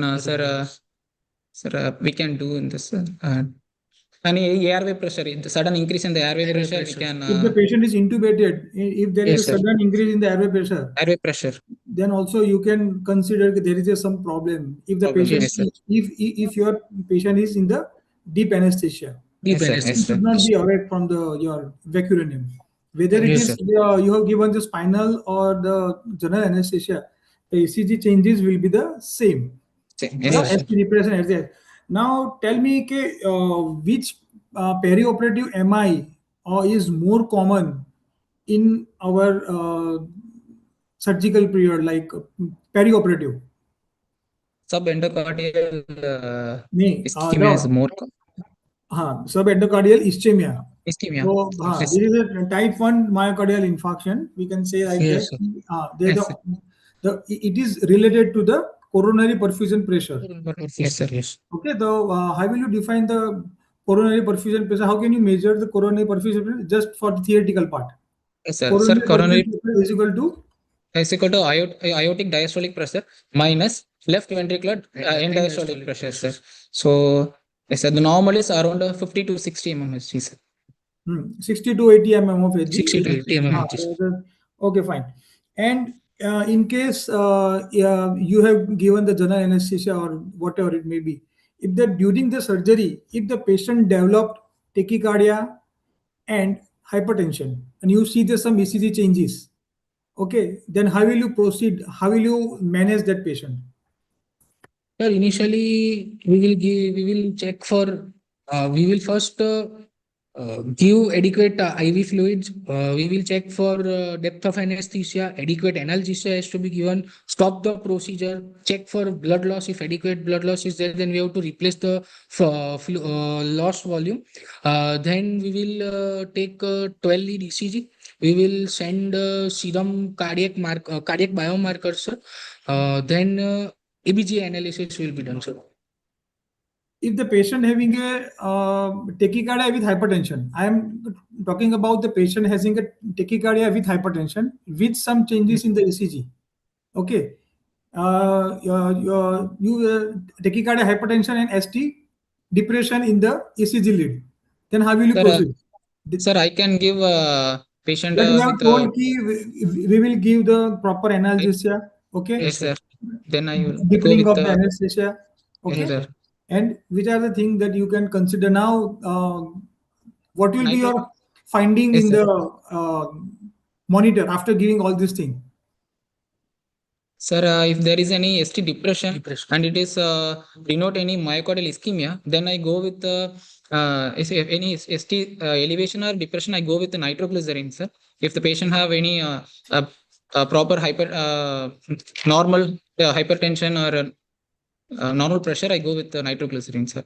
Do you use anything to give to reduces the heart rate because you have a So beta patient having blockers a, can be given. yes, you Beta can give the blockers. beta blocker. If the patient having a tachycardia and hypertension, then Yes, you sir. have plenty of things that you can give to reduces the heart rate and the Yes, sir. blood pressure also. Blood So pressure. you can give the beta blocker.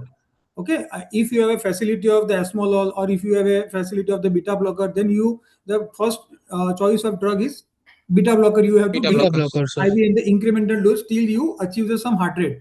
And Yes. sometimes because of this perioperative ischemia, the perioperative ischemia ST depression is more common.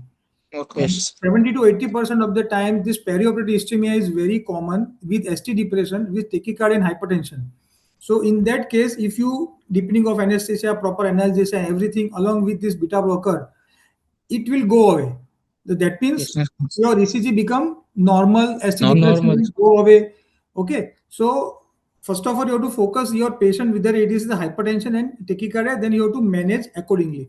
In case your patient having a tachycardia plus hypertension, and you have given everything, then how will you manage? Sir, fluid. We have got to know that. Patient We having a will go with tachycardia and phenyl. hypertension, Yes, what sir. the things that you will consider as a diagnosis, and how will you treat Sir, it? I would look for volemia of the patients. If any blood loss, in that case also hypotension plus tachycardia will come. Very So good. I will give IV fluids bolus 200 to 300 ml, Very good. and then sir, Sir, if no response to fluid, then we can go for Phenylephrine. use How of will you check the phenylephrine. response of the fluid? How will you check in this patient? Sir, If the improvement patient in is blood pressure. intubated, then how will you check the response of the fluid? Sir, improvement in blood pressure or CVP if we are Very using good. CVP First, monitoring. if the CVP is not there, don't think The about the blood CVP. pressure. Blood pressure Blood and Very pressure. slowly. ETCO2, sir. ETCO2. ETCO2. Blood pressure. First of thing is a blood pressure. After pressure. giving Yes. the fluid 200 or 300 ml, your the pressure was 80 before. Now it Yes, sir. become 100. That means patient Yes, is sir. responsive to the your fluid volume. Fluid. Okay, Yes. that means there is some kind of blood loss or the patient is hypovolemic. So that we have given the fluid, and after Yes. giving the fluid, do you find any rate control? See, whenever the cause of the hypertension is hypertension along with the tachycardia, after giving Yes, the sir. fluid, your tachycardia should settle down. Subside. It should subside, sir. Yes. It should be subside. Okay, and Yes, sir. along with that, when the tachycardia is subside, hypertension is go away. Your ECG Yes, sir. changes, ST depression should go away. Oh, Okay. sir. Yes. In case after giving the fluid also 300 ml, 500 ml, at Yes, last sir. we can give 300 ml or the 500 ml. Still Yes, the sir. patient having a tachycardia, ST depression, hypertension is persist. Then how will you proceed? How will you do that? Sir, you can give phenylephrine to the patient 25 to 50 micrograms IV, and That even is the after first daily response. That is the first response to give the bolus of that to raise the blood pressure. Okay, blood first. pressure, sir. Then Yes, sir. And further, if it is not responding, then we can go for inotropic supports, which very good. includes injection noradrenaline Yes. and vasopressor. Yeah, so first choice of the medicine is the noradrenaline. In this Noradrenaline, case, sir. we can give Yes. this to raise the blood pressure. Blood pressure, sir. Okay, fine. And after the tachycardia is continuing, then will you inform to the surgeon कि patient To develop stop. history of the Yes. tachycardia, hypotension, there is Yes, sir. HCG Yes, sir. increase. Then you have Yes, to sir. inform to the surgeon because Yes, sir. sometimes this tachycardia, hypertension, ST depression will persist for a longer period of time. The patient will deteriorate. So we Yes, can sir. inform to the surgeon कि you try to finish your Surgery use as early as as early possible. as possible because Yes, sir. this patient may land up some type of the infarction also. Okay. Yes, sir. And according to the literature, the chances of ST elevation MI, type 2, type 1 infarcts, there is a completely mural plaque obstruct the coronary artery. Yes, sir. 2 to 3% elevation is only 2 to 3%. Most of the time is this ST depression only. So that Yes, ST depression will Convert Into into ST ST elevation. go elevation, sir. with your whatever we have discussed. Okay. Yes, sir. Now, if the patient is, the patient is ischemic heart disease, patient having a two stent was already put. Okay. Then, if the patient develop any type of the arrhythmia on the screen, okay, and you are continuously watching the monitor and you have seen there is a tachycardia or there is arrhythmia in the screen, then how will you Yes, sir. proceed for the management of arrhythmia?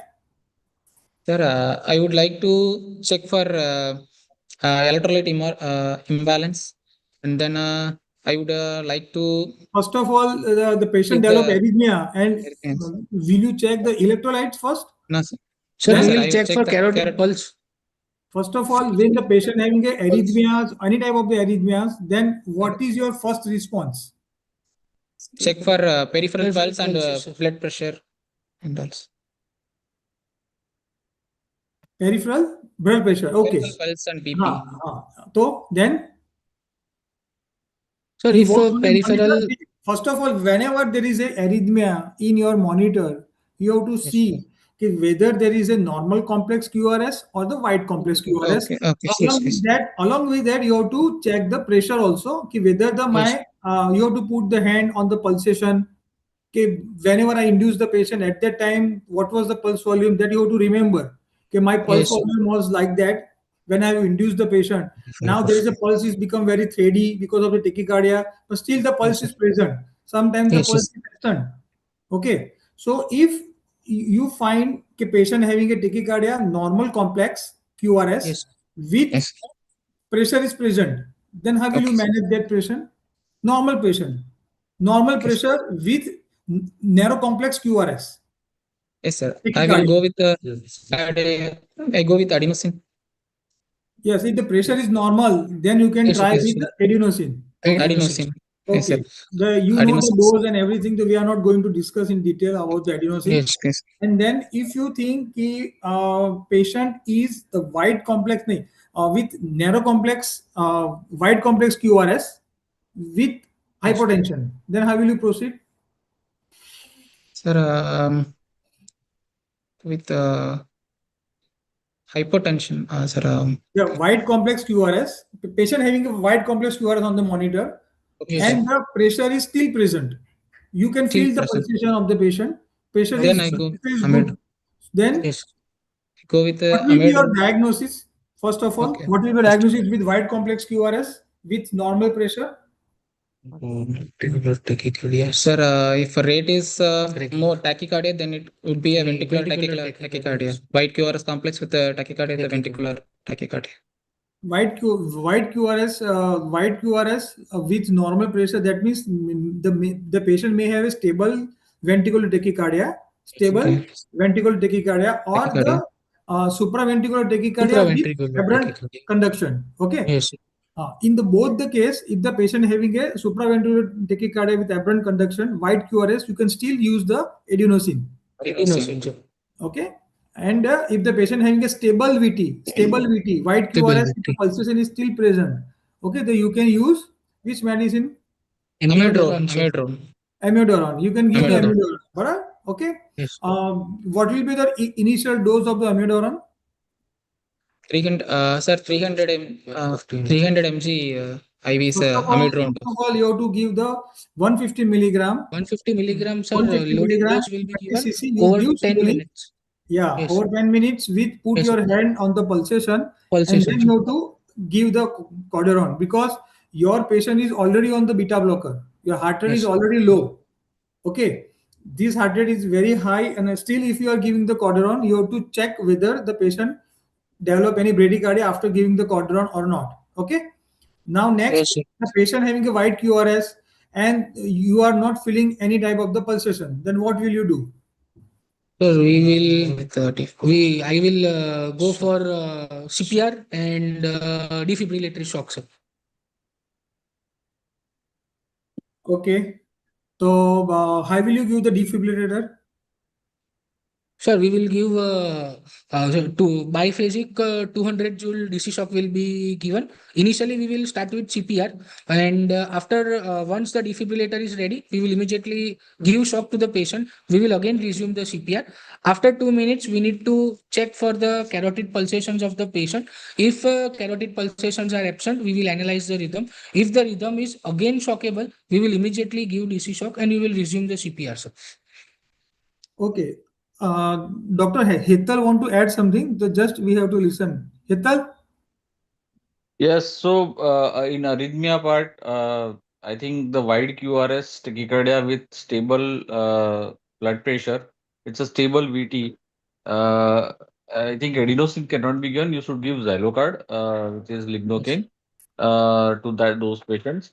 And the second thing, I mean, amiodarone can be given to the any kind of arrhythmia because it's a second line of drug for everything. But the Yes, sir. only issue with the IHD patient, which you need to understand, and giving amiodarone, you have to understand that amiodarone can cause myocardial dysfunction. So, a rapid dose of amiodarone, you have to be very cautious about maintaining the blood pressure. Second thing, amiodarone does not give you effect very fast. So, if you have a supraventricular tachycardia, probably adenosine or beta blocker, Verapamil. maybe diltiazem can help. And if you have a ventricular tachycardia, I think Xylocard defibrillation is the choice of the agents, right? That is one thing. Second thing, any arrhythmia which can happen is a potential sign of myocardial ischemia, perioperatively, especially in IHD patient. So if any arrhythmia comes, I mean, you have to also suspect about, I mean, apart from electrolyte imbalance and blood pressure, you have to always suspect of myocardial dysfunction or myocardial ischemia. So start working on those lines also, right? So these are the two important, I Yes, mean, sir. points which I want to add. Thank you. One more Yes, sir. question I have, Kirtan bhai. Yes. You, matlab, noradrenaline is what you said, but in this failure patient, already patient was on diuretics, nitrates, everything is going on. Dobutamine is also better to See, support the. because the patient having a tachycardia, so I generally avoid the dobutamine in the patient is already having a tachycardia But first. noradrenaline also And, causes and tachycardia. no. Noradrenaline will not cause any type of the tachycardia.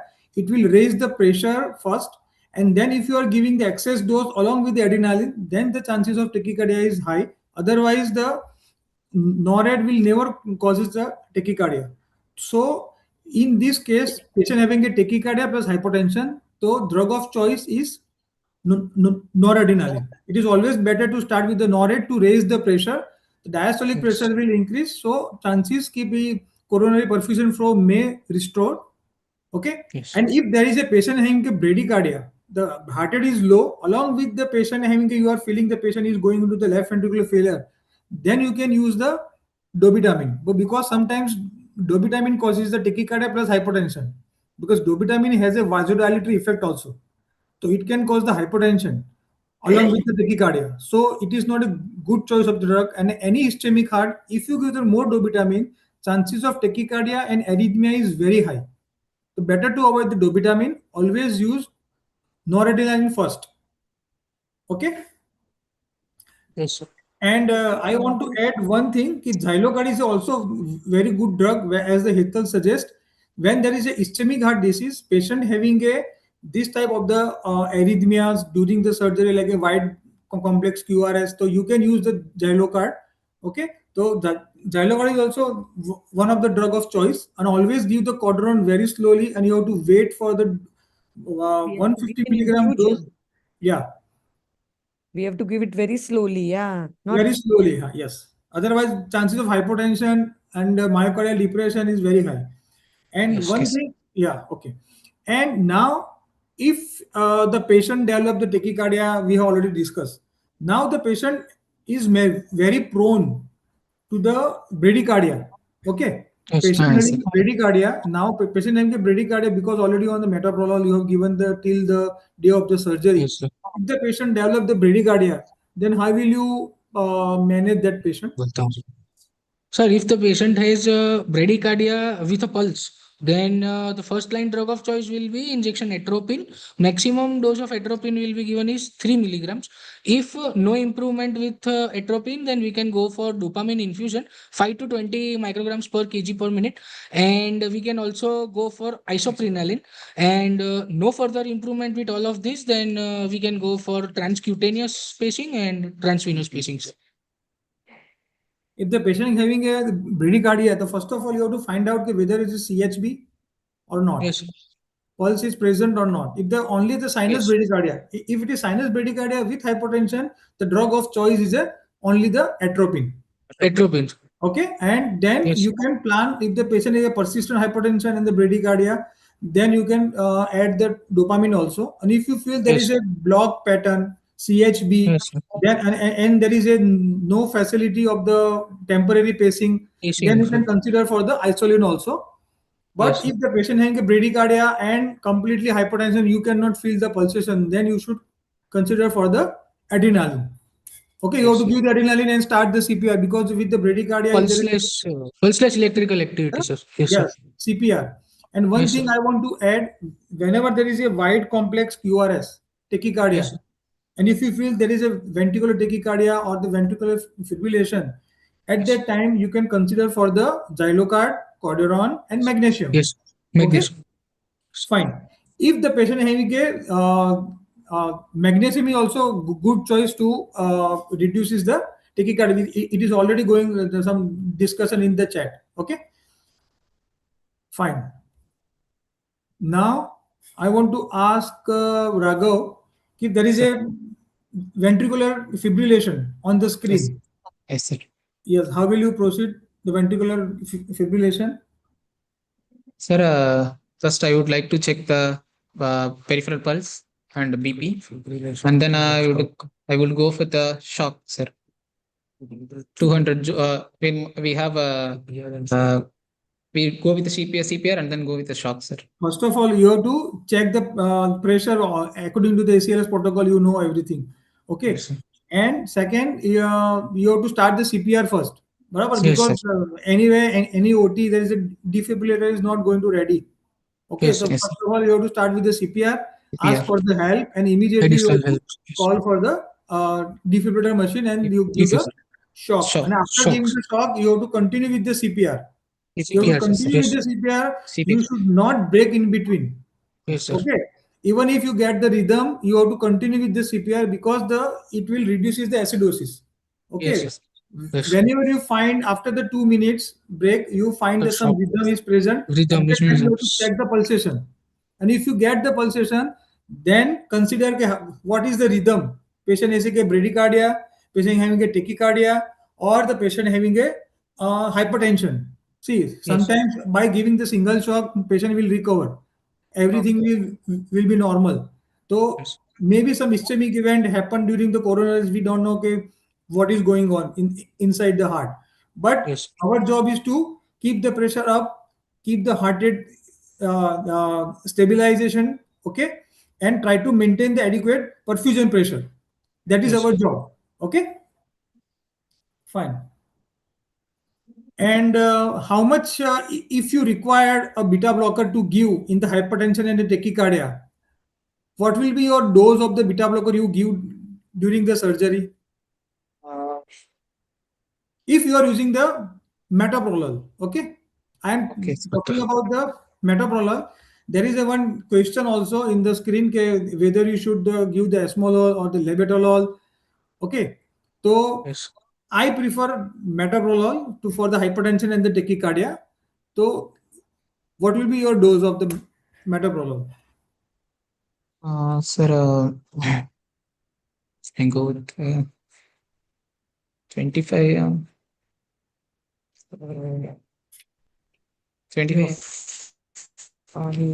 You have a 5 milligram. 5 milligram of the You have to mg. give You it can IV. IV.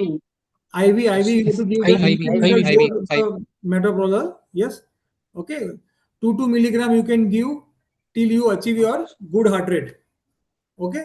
It is Okay, sir. always to give the metoprolol. I think it is readily available in the civil hospital also. Yes, sir. Okay. Anything you want to add, Hital? Hital is there? Dr. Hital? Yeah. Hital, you want to Let add me. something in this? Yes, yes. See, Yeah, please. whenever what I find is that whenever you have a cardiac patient for non-cardiac surgery, always the risk or always the fear is of patient is going in failure, patient is going in having perioperative MI or arrhythmia. These are the three things which you have in mind, right? Important thing what you need to understand, and there are certain things which we think that this to be given, this not to be given. See, none of the drug, you have to understand one thing, that none of the drug is bad. You have to use them judiciously. I'll give you a scenario. Let's say if you have this patient with 25% ejection fraction, what would you do? Yes. If there is hypotension, you will always think of not giving fluid and adding to the NORAD, or maybe some other anatropes, right? Why? I mean, Yes. let's say 25% EF patient is having a lot of blood loss, or he may be NBM for a long time. He may be having a fracture there, maybe having paralytic ileus, and he's not taking orally. He may be hypovolemic, right? So, Yes. not giving fluid to a poor LV patients is not the dictum. I think you should evaluate the patient, and then you should decide whether this patient is in which side of Frank Starling curve, whether they will need fluid or whether they will need medicines, right? None of the medicine, none of Yes. the fluid is bad. It is how you use it that makes them bad, right, or good. So that thing is very important, that even if ejection fraction is bad, not giving fluid is not the answer. It's not the always the answer, right? So that is one thing. Yes. Second thing, your patient is not having any signs of failure. I mean, he is quite stable patient. 2 years back, angioplasty done. I don't know why he was on a DAPA and diuretic for such a long time. I mean, dapagliflozin maybe for diabetic management, but diuretic was not required. So these Yes, sir. patients who are on on dapagliflozin, SGLT2, and on diuretics, they would have definitely some amount of electrolyte imbalance. Yes, sir. So we should always consider checking the potassium with this patient. And if any arrhythmia, always think of electrolyte imbalance first, then the myocardial ischemia, because he's a good LV, there's no diastolic dysfunction, and he's symptomatically okay patient, right? So I would not say that this patient would have ischemia problem. I would first blame it to the electrolytes, and I would correct electrolytes first to those patients. Yes, sir. The Then, important thing is, okay. Especially the patient is posted for some GI surgery or some major Yes. surgery, the chances yes, of electrolyte imbalance is very, very high. So you can consider for it whether to replace or you can get the report immediately. Okay, but meantime you have to work, focus on to how to maintain the pressure and the heart rate. And Yes, in sir. case the patient having a persistent ST elevation, continuously patient elevation, patient develop the ventricular fibrillation, hypotension, then how will you proceed that patient? Your patient developed the ventricular fibrillation, you have given the shock. After giving the shock, patient having ST elevation. Still the patient having a hypotension. How will you manage that patient? Sir, sir, with Sir, first of all, we will take 12 lead ECG of this patient. Then I will go for sending samples, electrolytes and EBG. First of all, you have to inform the surgeon. The patient having a developed the perioperative MI. Okay, so Yes, they sir. have to work fast on the hemostasis part, because the ST evaluation we have to be very careful. You have to send the patient for, you may have to give the some antiplatelet in emergency, may some Yes, sir. emergency angioplasty also. You have to Yes, refer sir. the patient for the emergency angioplasty, also angiography. So in that Yes, sir. patient, you have to tell the surgeon you finish your work and do the hemostasis first. Yes, sir. Okay, as early as possible. Otherwise, we have Yes. to close the wound and then we can take the 12 lead We can ECG. take the Then next, patient. Yes, sir. So next. we will send ABGA of this patient as patient might be having metabolic acidosis. So we will correct it by giving soda bicarbonate, and we need to further go for angiography, cardiac evaluation. So we can do cardiac cardiac biomarkers. Your aim is to maintain the normal pressure. First of all, by starting some inotropes, you take the 12 Yes. lead ECG, you find out there is ST elevation. Immediately, you have to inform the concerned cardiologist. Okay, we Yes. have some problem like this, and immediately, if according to his advice and according to the stage of the surgery, you have to Yes. start the antiplatelet. If said ki be, you give the ticagrelor, you give the prasugrel immediately to the patient, then you can give to the RT, or the patient is awake, then you can give the mouth orally, and Yes. plan to how to mobilize the patient. Yes. If you have a facility of the cath lab nearby, and how to mobilize the patient, that also we have to plan it accordingly.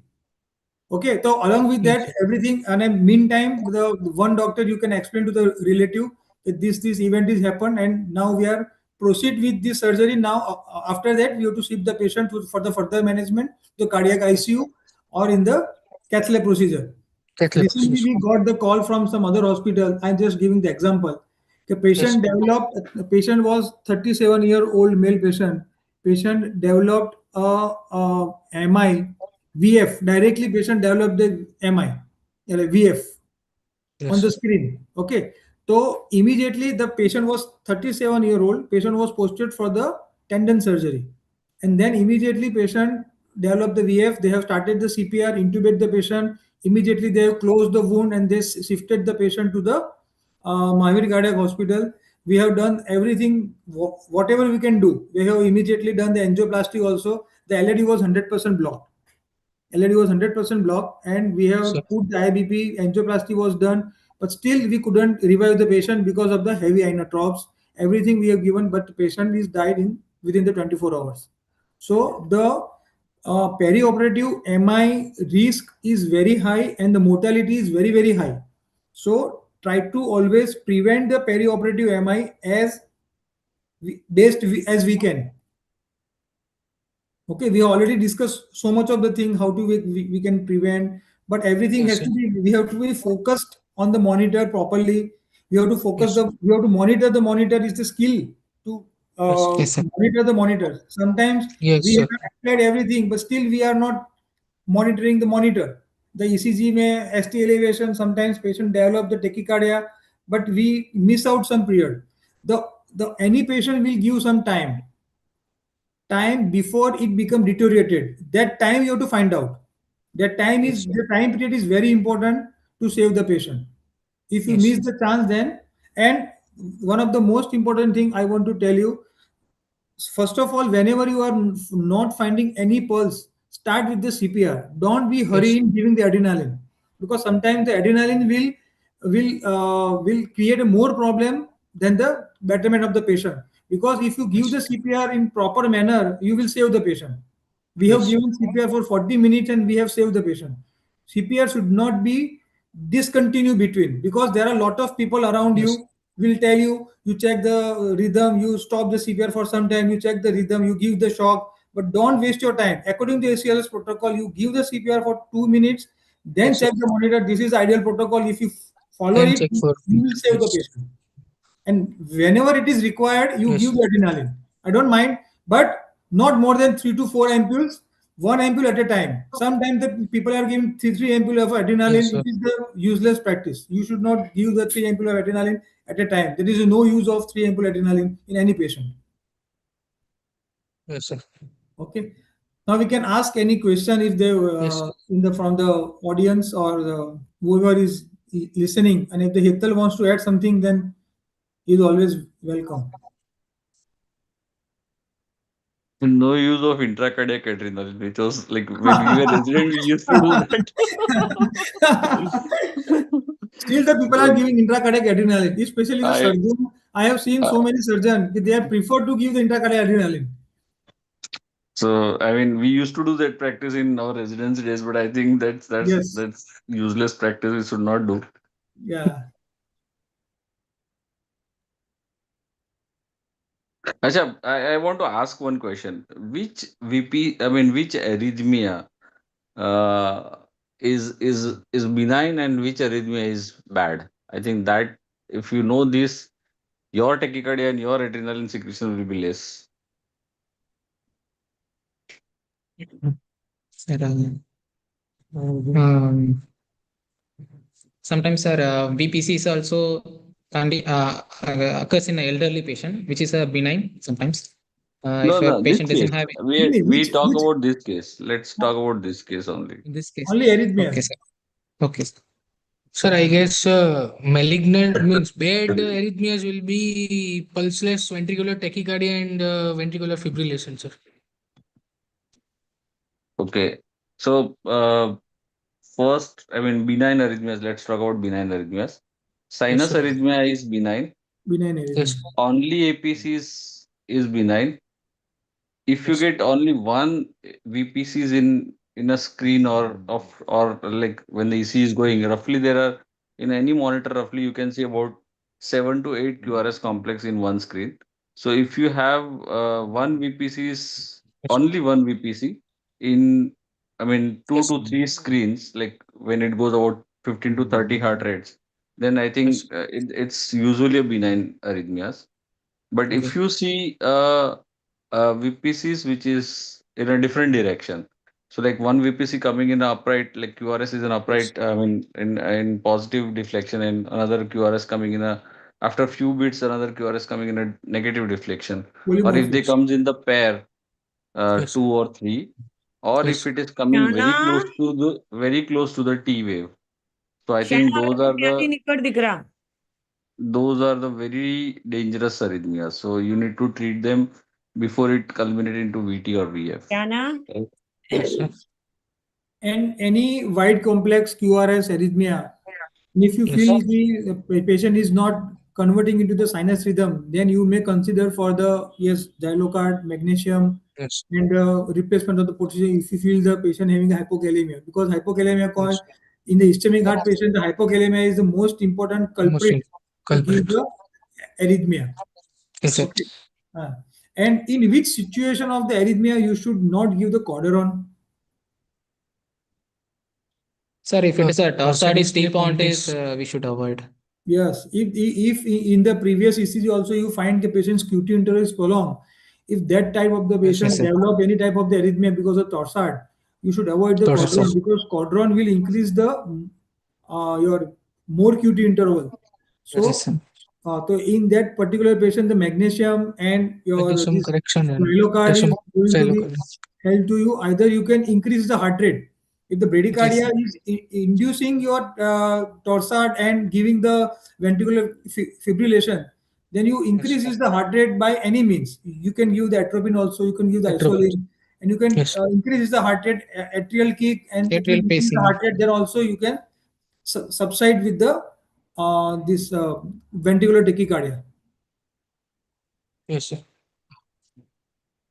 One last question: which pressure you will be giving importance to most? Like all pressures are important. I mean, I'm talking of systolic, diastolic, and mean arterial pressure. In IHD patient, which is the pressure? Which is the one pressure you will think about which is very, very important. Diastolic pressure is very important. Why? Sir, because diastolic pressure is, if it is high, then it hampers the coronary perfusion pressure, sir. Already the patient have a narrowed coronary vessels, so it is so. No, no, no, no. See the artery. Why artery is called artery? Because they get filled into the systole.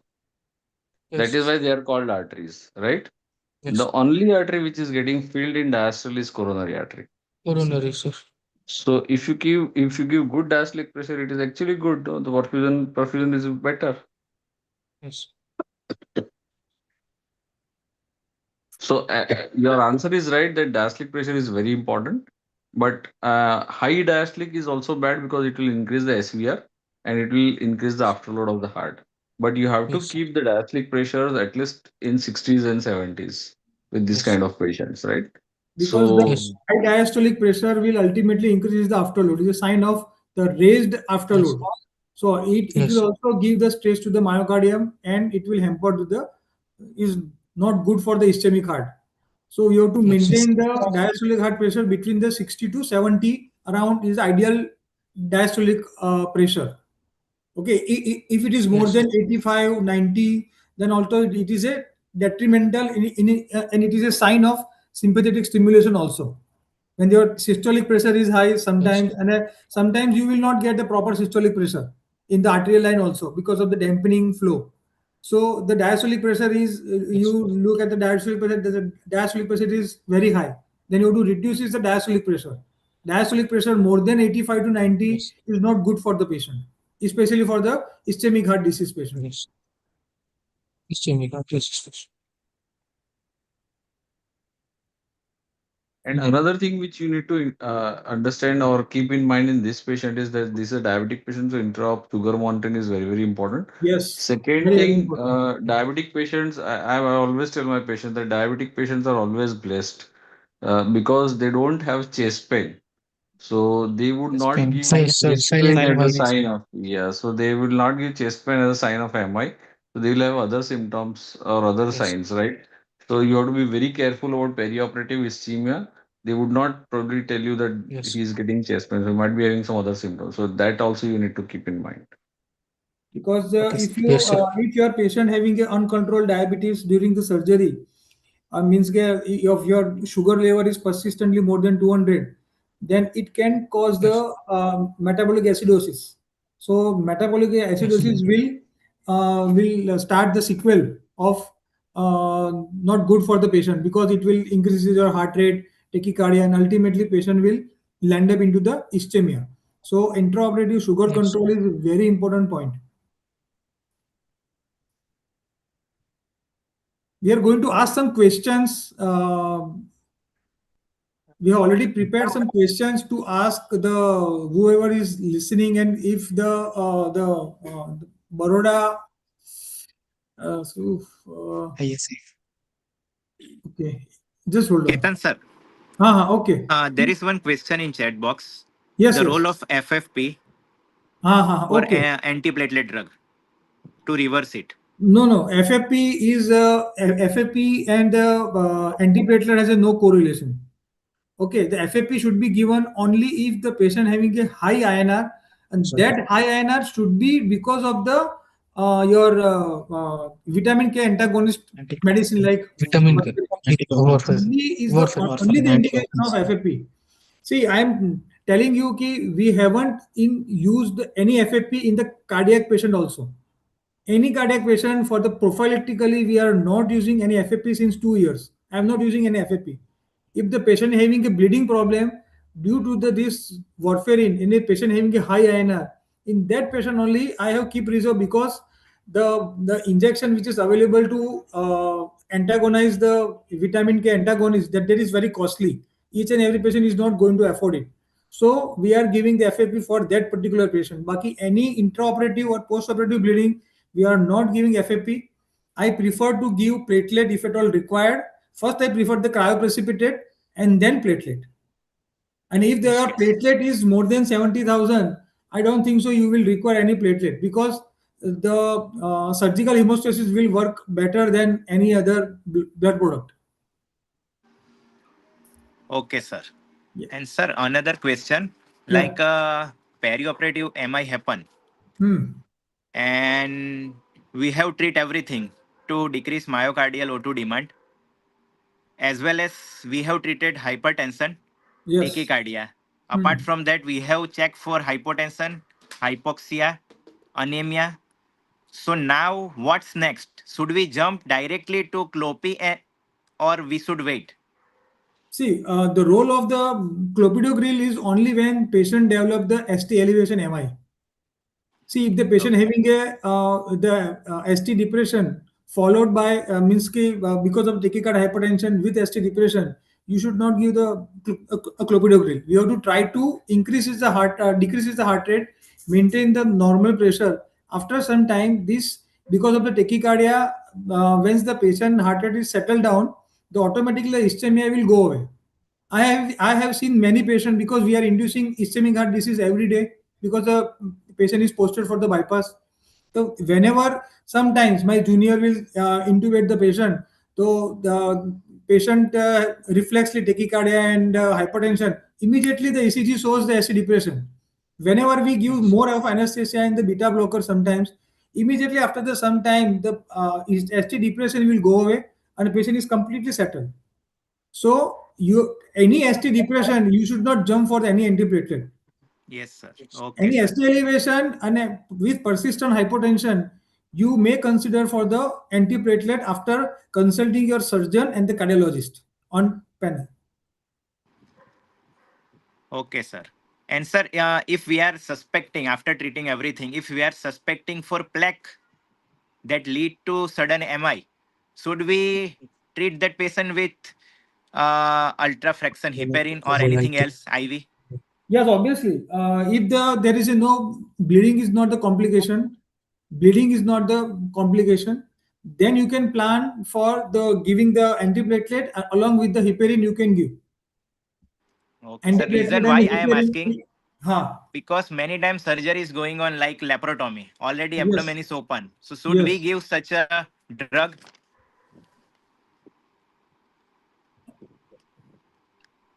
With the patient is on table with the Yes, sir. laparotomy. Yeah. Yes, Okay. sir. What are the chances of the bleeding Yes, sir. during your laparoscopy, appendectomy, or the cholecystectomy? What are the chances of the bleeding? With open surgery, with laparotomy, it can It's be high. there high. Okay. Vikas, So go ahead. in that particular patient, actually, it is very double-edged sword. Yes, If you sir. give the antiplatelet and heparin, the chances of bleeding will always increase. And if the patient ST elevation and the persistent patient hypotension, see, sometimes I have seen the many patient with ST elevation, patient maintaining the pressure because of the that sympathetic stimulation of the body, it will maintain the Yes, sir. pressure. In that kind of the patient, you can wait for the sometimes, but the persistent hypertension and ST elevation, you don't have any choice. You have to stop the surgery if at all possible, and then you have to immediately ship the patient to the PCI ICU facility. or the PCI facilities. Thank you, sir. Because if you wait for the ST elevation, like a patient having a persistent ST elevation with hypertension, the chances of arrhythmia is very, very high. And sometimes if you give the this Clexane, like any low Yes, sir. molecular heparin, so patient's artery may open up. And once it open up, it will also cause the problem like the reperfusion arrhythmia. The patient will start ventricular tachycardia, ventricular fibrillation, because the ischemic heart immediately started the reperfusion. It may cause, not 100% every time, but it can happen. Yes, sir. We may buy some time by giving some coronary dilator, IV NTG. Once there is ST elevation, ideally you should not try to give the dilators because it will increase the ischemia because of the steel phenomenon. Because So, shifting a so laparotomy patient to a the cath lab. ST depression, obviously you can use the dilator if the patient pressure is normal. But in ST elevation, I don't prefer to give any type of the dilators in that patient because it is very dangerous situation to give the dilator in the ST elevation patient. It will precipitate more ischemia. Coronary Okay. seal phenomenon, that is Yes, what you are talking of. yes, yes. And sir, last question, like morphine is not available and everywhere is written the Hmm. treatment, a bunch of treatment with morphine. So which other drug can we use? We can use the fentanyl also, no? Fentanyl also. Okay, Yes, sir. we can use the fentanyl because we are morphine especially we are not going to use anyhow. Nobody is using. So we have a drug of choice is fentanyl, and according to the newer studies, the remifentanil has a very good role in like some patient of ischemia. I haven't used any time, but I have read in some literature. But I am using the fentanyl in each and every patient of the ischemia Okay, sir. also. Even the ischemia with chest pain, I use the only fentanyl. Is there any other question from audience? Will I add something? Okay, let's take up the question and I'll add if time permits. Yes, Dr. Thakur bhai. Please unmute yourself and ask. अरे Sir, good evening. Time का We कोई are working. Problem નથી. You can continue. Sir, good evening. I am working in the periphery, Devgadbaria, Dahod district. I have gone through this case. I have seen that every focus is on the cardiac side. Patient with diabetes and hypertension, even high blood sugar mimics everything like a MI, STT changes, Gabraman. So we must control sugar also with the fluids, saline particularly, and according to the whatever the amount required is insulin also. Yes, yes, you So are that right. will help include even we may go wrongly diagnose MI also. So sugar is the first to be controlled. Of course, sugar needs to control with the fluid and electrolytes. That's it. Thank you. Hmm. Any other question from audience? Can I add something, Dhaval, to the previous Yes, sir. discussion? Ethel, sir, please. Yeah, so first and foremost, like open laparotomy, a patient developing MI, what to do? I think the Yes, sir. first thing which obviously you cannot give heparin to those patients because your abdomen is open. Hmm. First and foremost thing which you can do is give hemodynamic stability, give 100% oxygen. That's the most important thing which you can give, right? So you do that. I think that is the most important thing, that hemodynamic stability, 100% oxygen, and maintain hemodynamics. That is the one thing which you can do. Second thing, even hypotension. Let's say if this patient is having a bad MI and there is a hypotension, and probably after doing everything you think of giving, you probably will have to give some amount of anticoagulants. If there is a hypotension, I think that this patient is not having much of the chance of making it, right? And if there is a hypotension, if you give heparin, where the bleeding issue will come?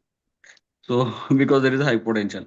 So if everything been done and still patient is not showing any signs of improvement, it is deteriorating, then it is safer to give heparin to these patients, because life first, that is more important, right? Because if there is a hypotension, there will be no much of the bleeding which surgeon can have, and they can close hurriedly also. Because So we should that should not be the miss thing. that window period. If you see the patient Yes. after some 2 hours or 3 hours, the already patient has infected. So the Infected. Yes. yeah, so we have to be precise. We can see this patient as early as possible. If the patient has a ST elevation in the 12 lead ECG, no? And important thing which the last doctor has mentioned, stick to your basics. I mean, if it is a Yes. diabetic hypertensive patient, stick to your basics. And I think this patient is a very safe patient to undergo surgery, so should not be a problem with this patient. So rather than thinking of only cardiac, I think you should also think about the other aspect of the disease as well. Hital bhai, we have not displayed the investigations. His Yes. investigations are horrible. Creatinine is 2.2 and his ejection fraction is 25 to 30%. Oh, okay. Yeah, Okay. yeah, yeah. Yeah, then it's an entirely different discussion. Because it was case discussion, we didn't show the So then it will be investigation. more of a perioperative heart failure rather than perioperative MI. Ah. Okay, one more question. Why somebody has mentioned that every time it is mentioned in book that chest pain, MI, morphine to be given. Why books are mentioning morphine and not fentanyl? And practically we are The giving fentanyl. literature is going on. The legacy is going on, probably. No, ma'am. No, ma'am. No, ma'am. No, ma'am. Not that way. Acha, It it have works for vasodilatory left property ventricular also, sir. failure. It does works. It does works Norphine is against always failure. a good drug of choice. Always a good drug of choice. It has a not only the pain relief, it has a also the lot of Failure. other effect also, which is beneficial to the heart. So always the first drug of choice. And I have also used that Norphine previously when I joined Mahavir Cardiac Hospital. I have used the Norphine in perioperative or the this pre angiography MI, but now it is not available. But ideally the Norphine has a good drugs, and I don't know, okay, why we don't have option. That's why we are using the this No, no. This is a fentanyl. theoretical discussion. Why books are Literature, mentioning? Yeah, literature, books we Yeah, literature this is does a say theoretical कि it works discussion. against Yeah. left ventricular failure. It does works against left ventricular failure. So morphine has a very good property. It is always like any opioids. It will give bradycardia. I mean heart rate control definitely, but it has got a venodilator properties. So that venodilation helps in cardiac patients. So that is why it is preferred. It is preferred, and that's why it is mentioned in the book. Mm. Hello. Hello. yes. Sir, we have heard that morphine it also helps to prevent pulmonary edema because of the myocardial infarction. So that is also one indicator written in the books. So that's why So we are yeah, giving the that morphine. is what venodilatory property. So it will reduce the preload of the heart. So that's why it will reduce Yes, pulmonary edema. yes. Any other question, Dhruva madam? Yes, I want to ask Dr. Ketan, why should we anytime be in doubt that echo should be done or not if it is available around in another hospital but nearby in not same vicinity, because medico-legally it is never supported if it is possible even outside. Impossible ના હોય ત્યાં સુધી એ કરાવેલો always સારો, એવું નહીં? Basically we are when we are discussing, we have to discuss like when there is an emergency situation, if the Okay. patient is taken for any emergency situation. Okay, so we should know how to read the ECG and we have to interpret the echo condition. Okay, sir, fine. See, every time we are not having a facility to do the echo in emergency situation. So we have to be prepared for everything. If we have a facility, patient is affording, when the echo is they are doing the nearby, somebody is doing. See, any type of the major surgery, patient is posted for the GI surgery or any major surgery. So every time in the pre-operative checkup, we are always doing the echocardiography. Okay, especially for the ischemic heart disease. Or I have seen so many patients which is completely asymptomatic without any ischemic heart disease history. Still, the people are doing the echocardiography because it is a routine checkup. Yes, Echocardiography is nowadays is a routine checkup. exactly. But each and every anesthetist should be prepared कि we can induce this patient with on the monitoring with the ECG, because intraoperative we are not going to do the TE. We are only going to use the ECG only. So we should increase the knowledge related to the ECG so we can interpret the echo in better way. Yes, agree. That's why I am always focusing कि you should know the ECG better and then you have to interpret the patient echocardiography just by seeing the ECG only. Got it, got it. But if you are having a facility, then obviously it's always better. But first of all, you have to see the ECG and then you check for the echo and just you predict कि भाई this patient having echocardiography the આટલું LV હશે, આમ હશે, તેમ હશે, and then you see the echo. Yes. Then you can compare. Okay, so it is always beneficial. In the emergency situation also, it is always good. Yes. Thank Okay, you. because intraoperatively, the ECG monitoring, you have to interpret the ECG only. We are not going to do the echo intraoperative. I don't think so. Okay, anybody have a facility of doing the echocardiography during the surgery in the operation theater, especially in the general OT. Of course, it is a really good guide of physiology of patient.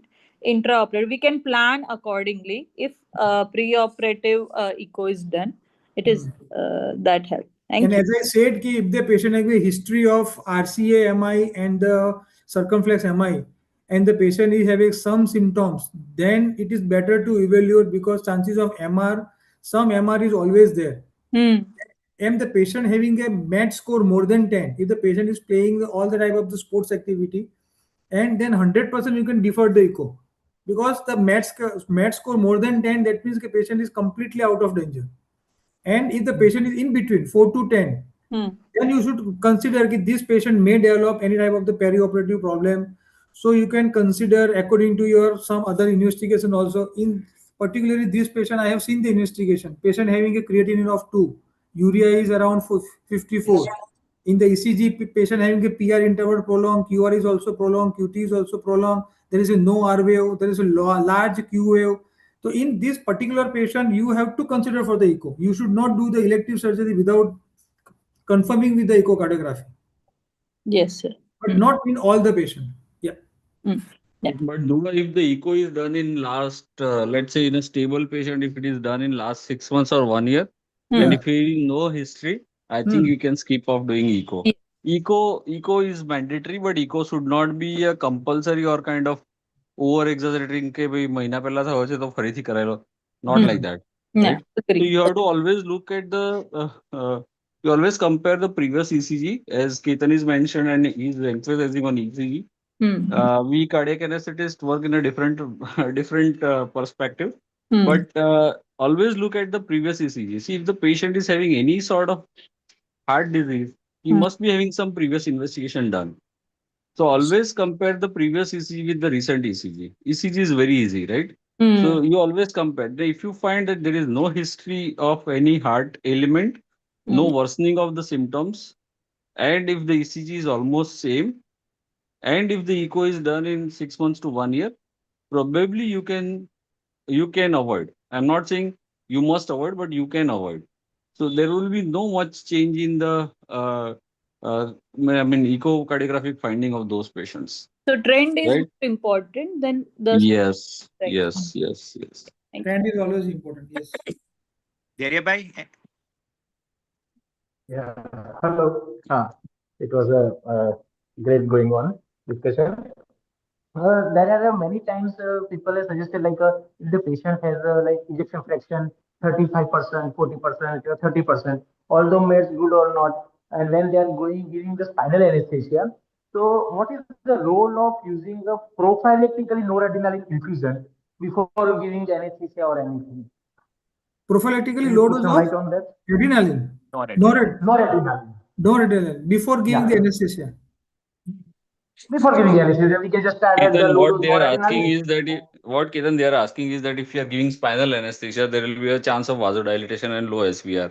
So, Okay. is there any role with spinal you dilate them and you give low dose of noradrenaline and constrict them, kind of thing? That's what the for question, low right? EF patient. Sir, for low Yes, EF patient. for the low EF patients, basically. Yes. એવું કોણે કીધું કે લો F patient હાઇપરટેન્સિવ ના હોય? લો EF હોય એટલે એનું pressure લો જ હોય એવું કેમ માની લો છો યાર? But people are dreaded of the Sometimes, hypotension may sometimes occur. what I want to add, if the patient having a low ejection fraction, patient is used to with some kind of the pressure. Like if the pressure is increased, then it will be detrimental for that patient. See, patient ejection fraction is low. If you are increasing the pressure, that means you are increasing the more afterload. If the afterload is more, and if you know the patient ejection fraction is already low, then the chances of pulmonary edema is very high in that patient. Okay. So if you want to give something prophylactically, then you have to be very sure कि after that you can measure the pressure very properly. First. Second thing is कि whenever there is a hypotension after the spinal anesthesia, it will give some time to you to manage that hypotension. So I don't think so that you should plan for any pre-operatively noradrenaline. If you can keep it ready if at all required, but you should not start, according to my opinion, कि beforehand you should not start anything. Even we can do the see there we are doing the 25 for the ejection fraction, cardiac surgery, bypass surgery. without any Yeah. single use of the inotrope, without single Okay. inotrope. Okay. So if you are doing some peripheral surgery in the spinal anesthesia, you can easily manage. Yes. So no, I am asking this And question. I want to still focus कि you should not 100% reliable the echo finding. You have to always correlate between the ECG and echocardiography. Okay. If there is a patient having a good RVO progression and patient ejection fraction is around 35% and patient having a no tachycardia in the ECG or no tachycardia during the surgery also, that means that patient is quite stable. And with the Yes. you have to ask the history obviously about the cardiac patient. You will always ask the your MET score, okay, dyspnea grade. According to that, you can judge the patient. This patient will not going to give any problem during the surgery. Let me Because complicate this. Let me complicate this. Dhairya and Dhaval. If the patient is having lower ejection fraction, what kind of drug he is on a cardiac medication? no, sir, what happened many times?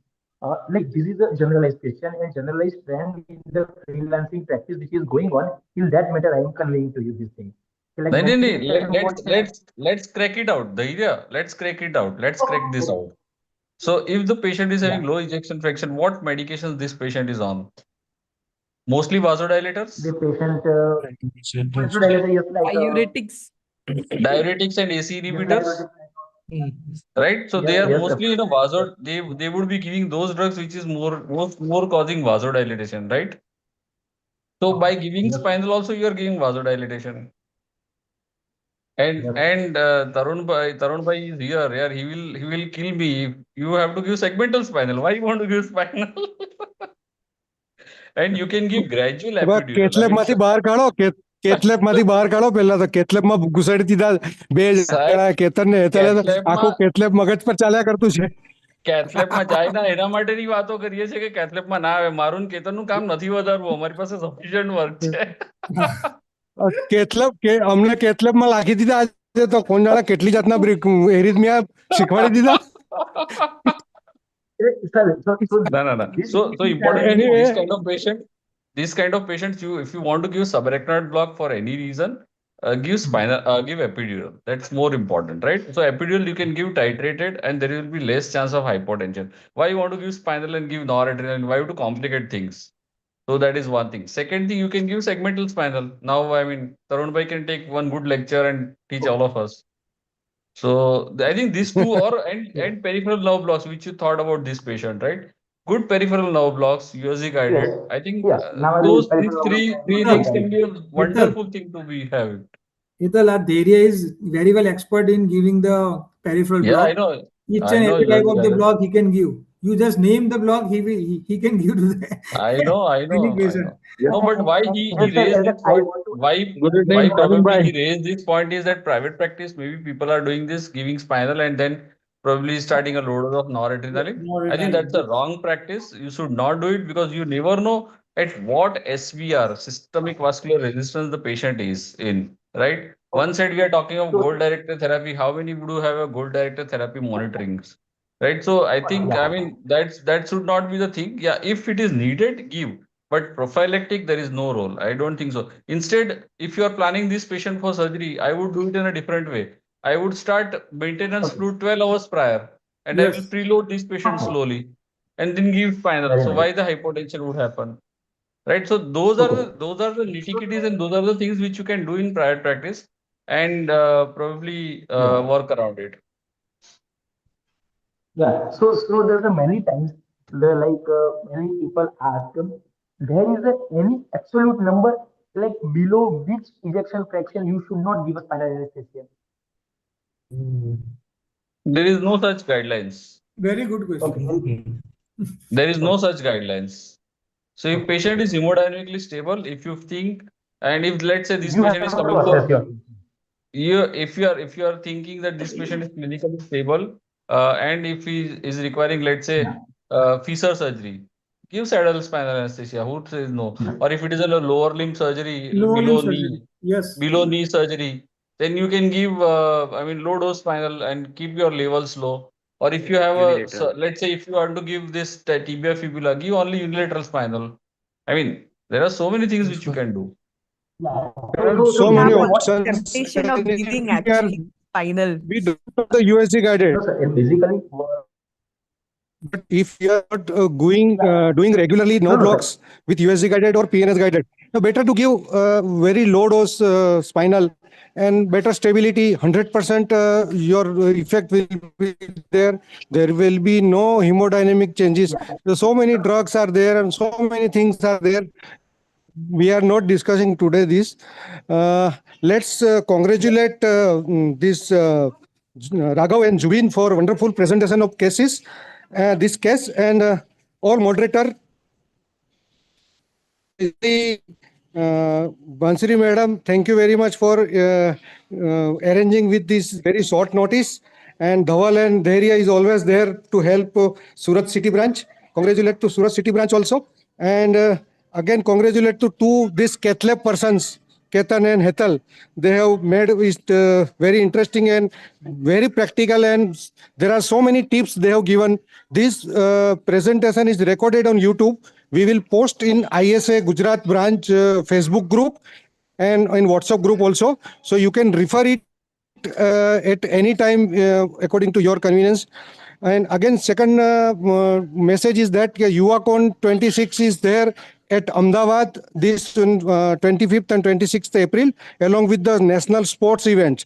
So all are requested to register for the same and take the advantage of national conference. Even residents can present paper and poster for midterm, so they can state conference. So according to that, all HODs are requested to arrange residents turn. So you don't have any scarcity of less residents during our state conference. So we can take the advantage of nearby our city branch. So maybe you may continue with the 2 or 3 questions and then we will wind up. Can I have Okay. one more announcement? We are also planning, and Yeah, I yeah. think I have to leave because I have a second Zoom meeting which is coming up. We are planning one ISA con PG quiz, online PG quiz. Sooner the details will be enrolled, and I think probably in the March second week we will be starting this ISA online PG quiz. So I would request all the HODs to make your it's entirely online. So your maximum participation from PGs is welcome. Now Gujarat is Right? academically Gujarat is now boon. We are going on in the bullet train. So Hetal Sure, will I need to also leave. I need to give leave, and thank you all that for will allowing me to speak. Thank you. I have another meeting. Thank you. And we have a there are upcoming two to we three have MCQ. Dr. Kandoy. Just Dawal. We have Dr. Kandoy sir, Mahesh Kandoy sir, President of ISA GSB. Just Kandoy sir, just say a few words and then we will hand over to Dawal. Please, Tarun sir. Let the double present Kandoy sir, one mute, important. unmute yourself. Damn condition. Mahesh sir, please unmute yourself. No. Okay, I listened all the talks and it was very nice presentation and in details with coronary artery disease. One thing I want to tell you that in my dissertation, my subject was coronary artery disease and anesthesia in 1981. Very That good. was my dissertation. So I was very much interested in this lecture CME program, and it was very nice. Time is so much advanced from that day. That's it. Only monitoring was ECG, and I was carrying ECG machine from one ward to another ward to monitor post-operative, and that was the time. Very good. Very thank you very much, organizers, Dr. Ketan and Dr. Etal and all others. You are represented very nicely. Okay, carry on. Are Dr. you going Raghav. to questions, Dawal? Ketan sir, there are two MCQ for audience at least. Okay. From the audience can answer those MCQ. Who will give the fastest answer? He will get the discount in our upcoming ISACon Gujarat at Baroda. Yes, yes. Okay. There You are ask only the two question. MCQ regarding this topic only. Okay. Raghav, Zubin, please. Yes, sir. Yes, sir. First MCQ, sir. You can read also. Your 62-year-old female patient has just been diagnosed with a myocardial infarction. She had a stent placed to the right coronary artery. She states that she is feeling fine and would like to discharge to home now. You educate her on the necessity to stay for observation of what common complication. Option A, cardiac tachycardia. Option B, dysarrhythmia. Option C, endocarditis. Option D, pulmonary embolism. You can write answer in chat box.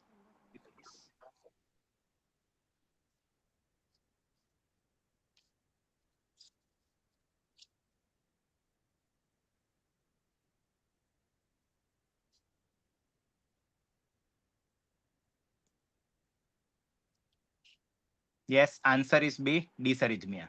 Yes, we have already got the two answers. Bharat and Nayak. He has given the first answer and he is right.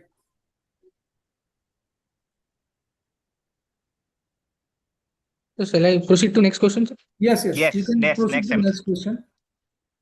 Yes, The sir. person who Thank you. gave the first answer, Bharat Nayak, can Yes. contact to Dhaval, and so. A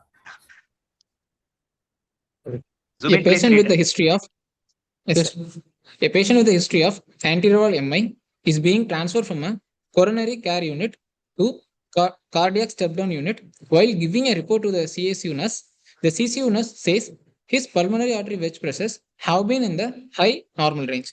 The CSU nurse should be especially observed for A, hypertension, B, high urine output, C, dry mucous membrane, and D, pulmonary crackles.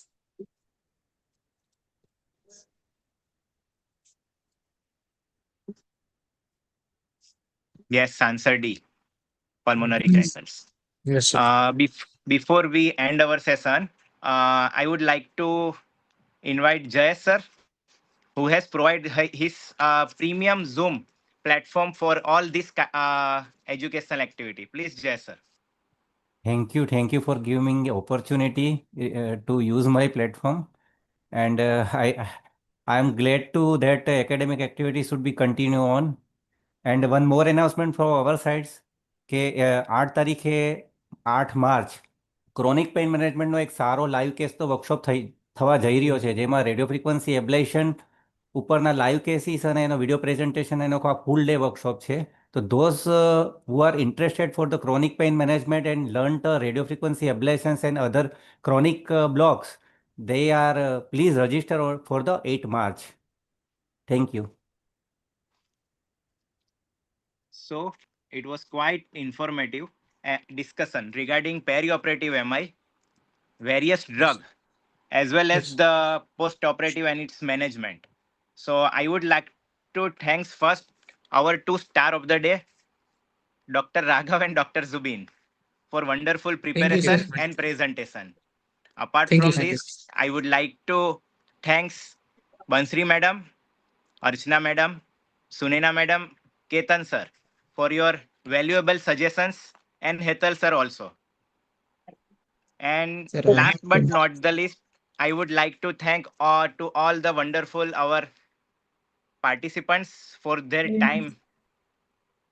Thank you. With this note, we are ending our session.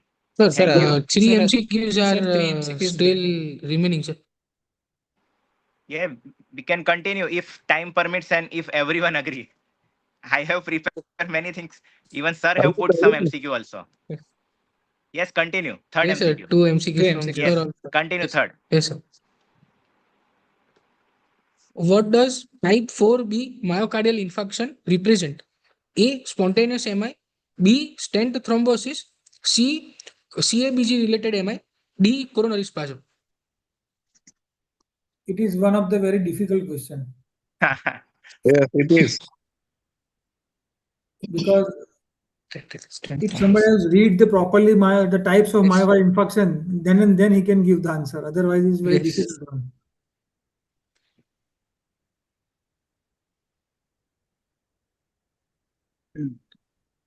Anyone from audience?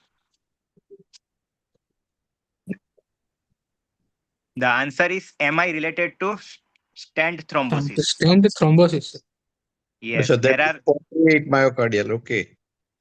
There are total Yes. 5. Type 1 spontaneous MI. Type 2 Yes, sir. MI secondary to ischemic imbalance. Type 3 MI resulting in death without biomarkers. Type, Biomarkers. Yes. type 4A MI related to PCI. Yes. Type 4B MI related to stent thrombosis, Then and last thrombosis. thrombosis. Last, Restenosis. Yes. type 5 MI related 5. to CABG. CABG.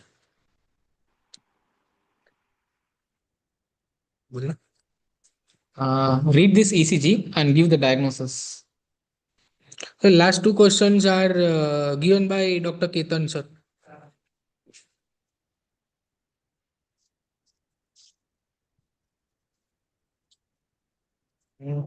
किसी को तो बोलना ही बाकी हम लोग तो What is this MI? Inferior MI. So somebody already answered. Inferior MI. Perfect. Inferior MI with some reciprocal changes in the changes in V. yeah V. in the anterior and the Yes. lateral. It is very common presentation of the inferior MI. Yes. And it is confirmed ST elevation and with some reciprocal changes is definitely this patient should go for the angiography as early as possible. Yes. And I can tell you that if the patient having an inferior MI, you can, and a patient with present with hypertension, you can give the fluid also, because most of the time the inferior MI patient required some amount of the IV fluid. But in the anterior MI patient, you should not give so much of the fluid, because the patient may develop the pulmonary edema. Because most of the time of anterior MI ST elevation in V2 to V5, V4, 5, the chances of the major area of the heart is got damaged. And if you give the IV fluid, the chances of the pulmonary edema is very high. Once the revascularization, then you can give the IV fluid. Okay. Next question. Next and last question.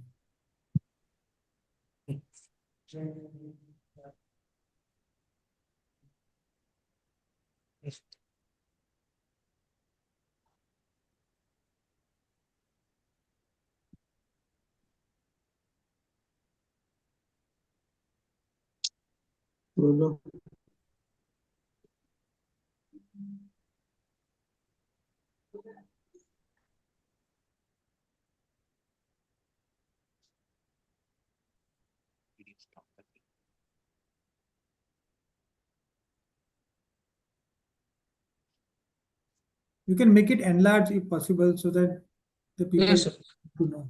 Make it full screen.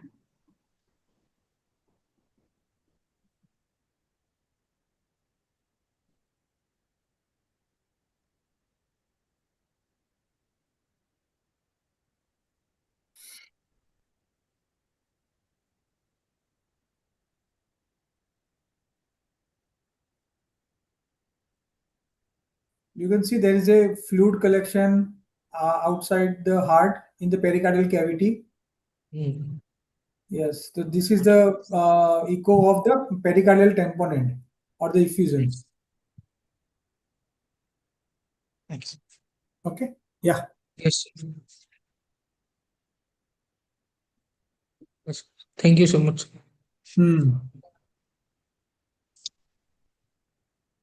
Okay, now we are leaving. Okay.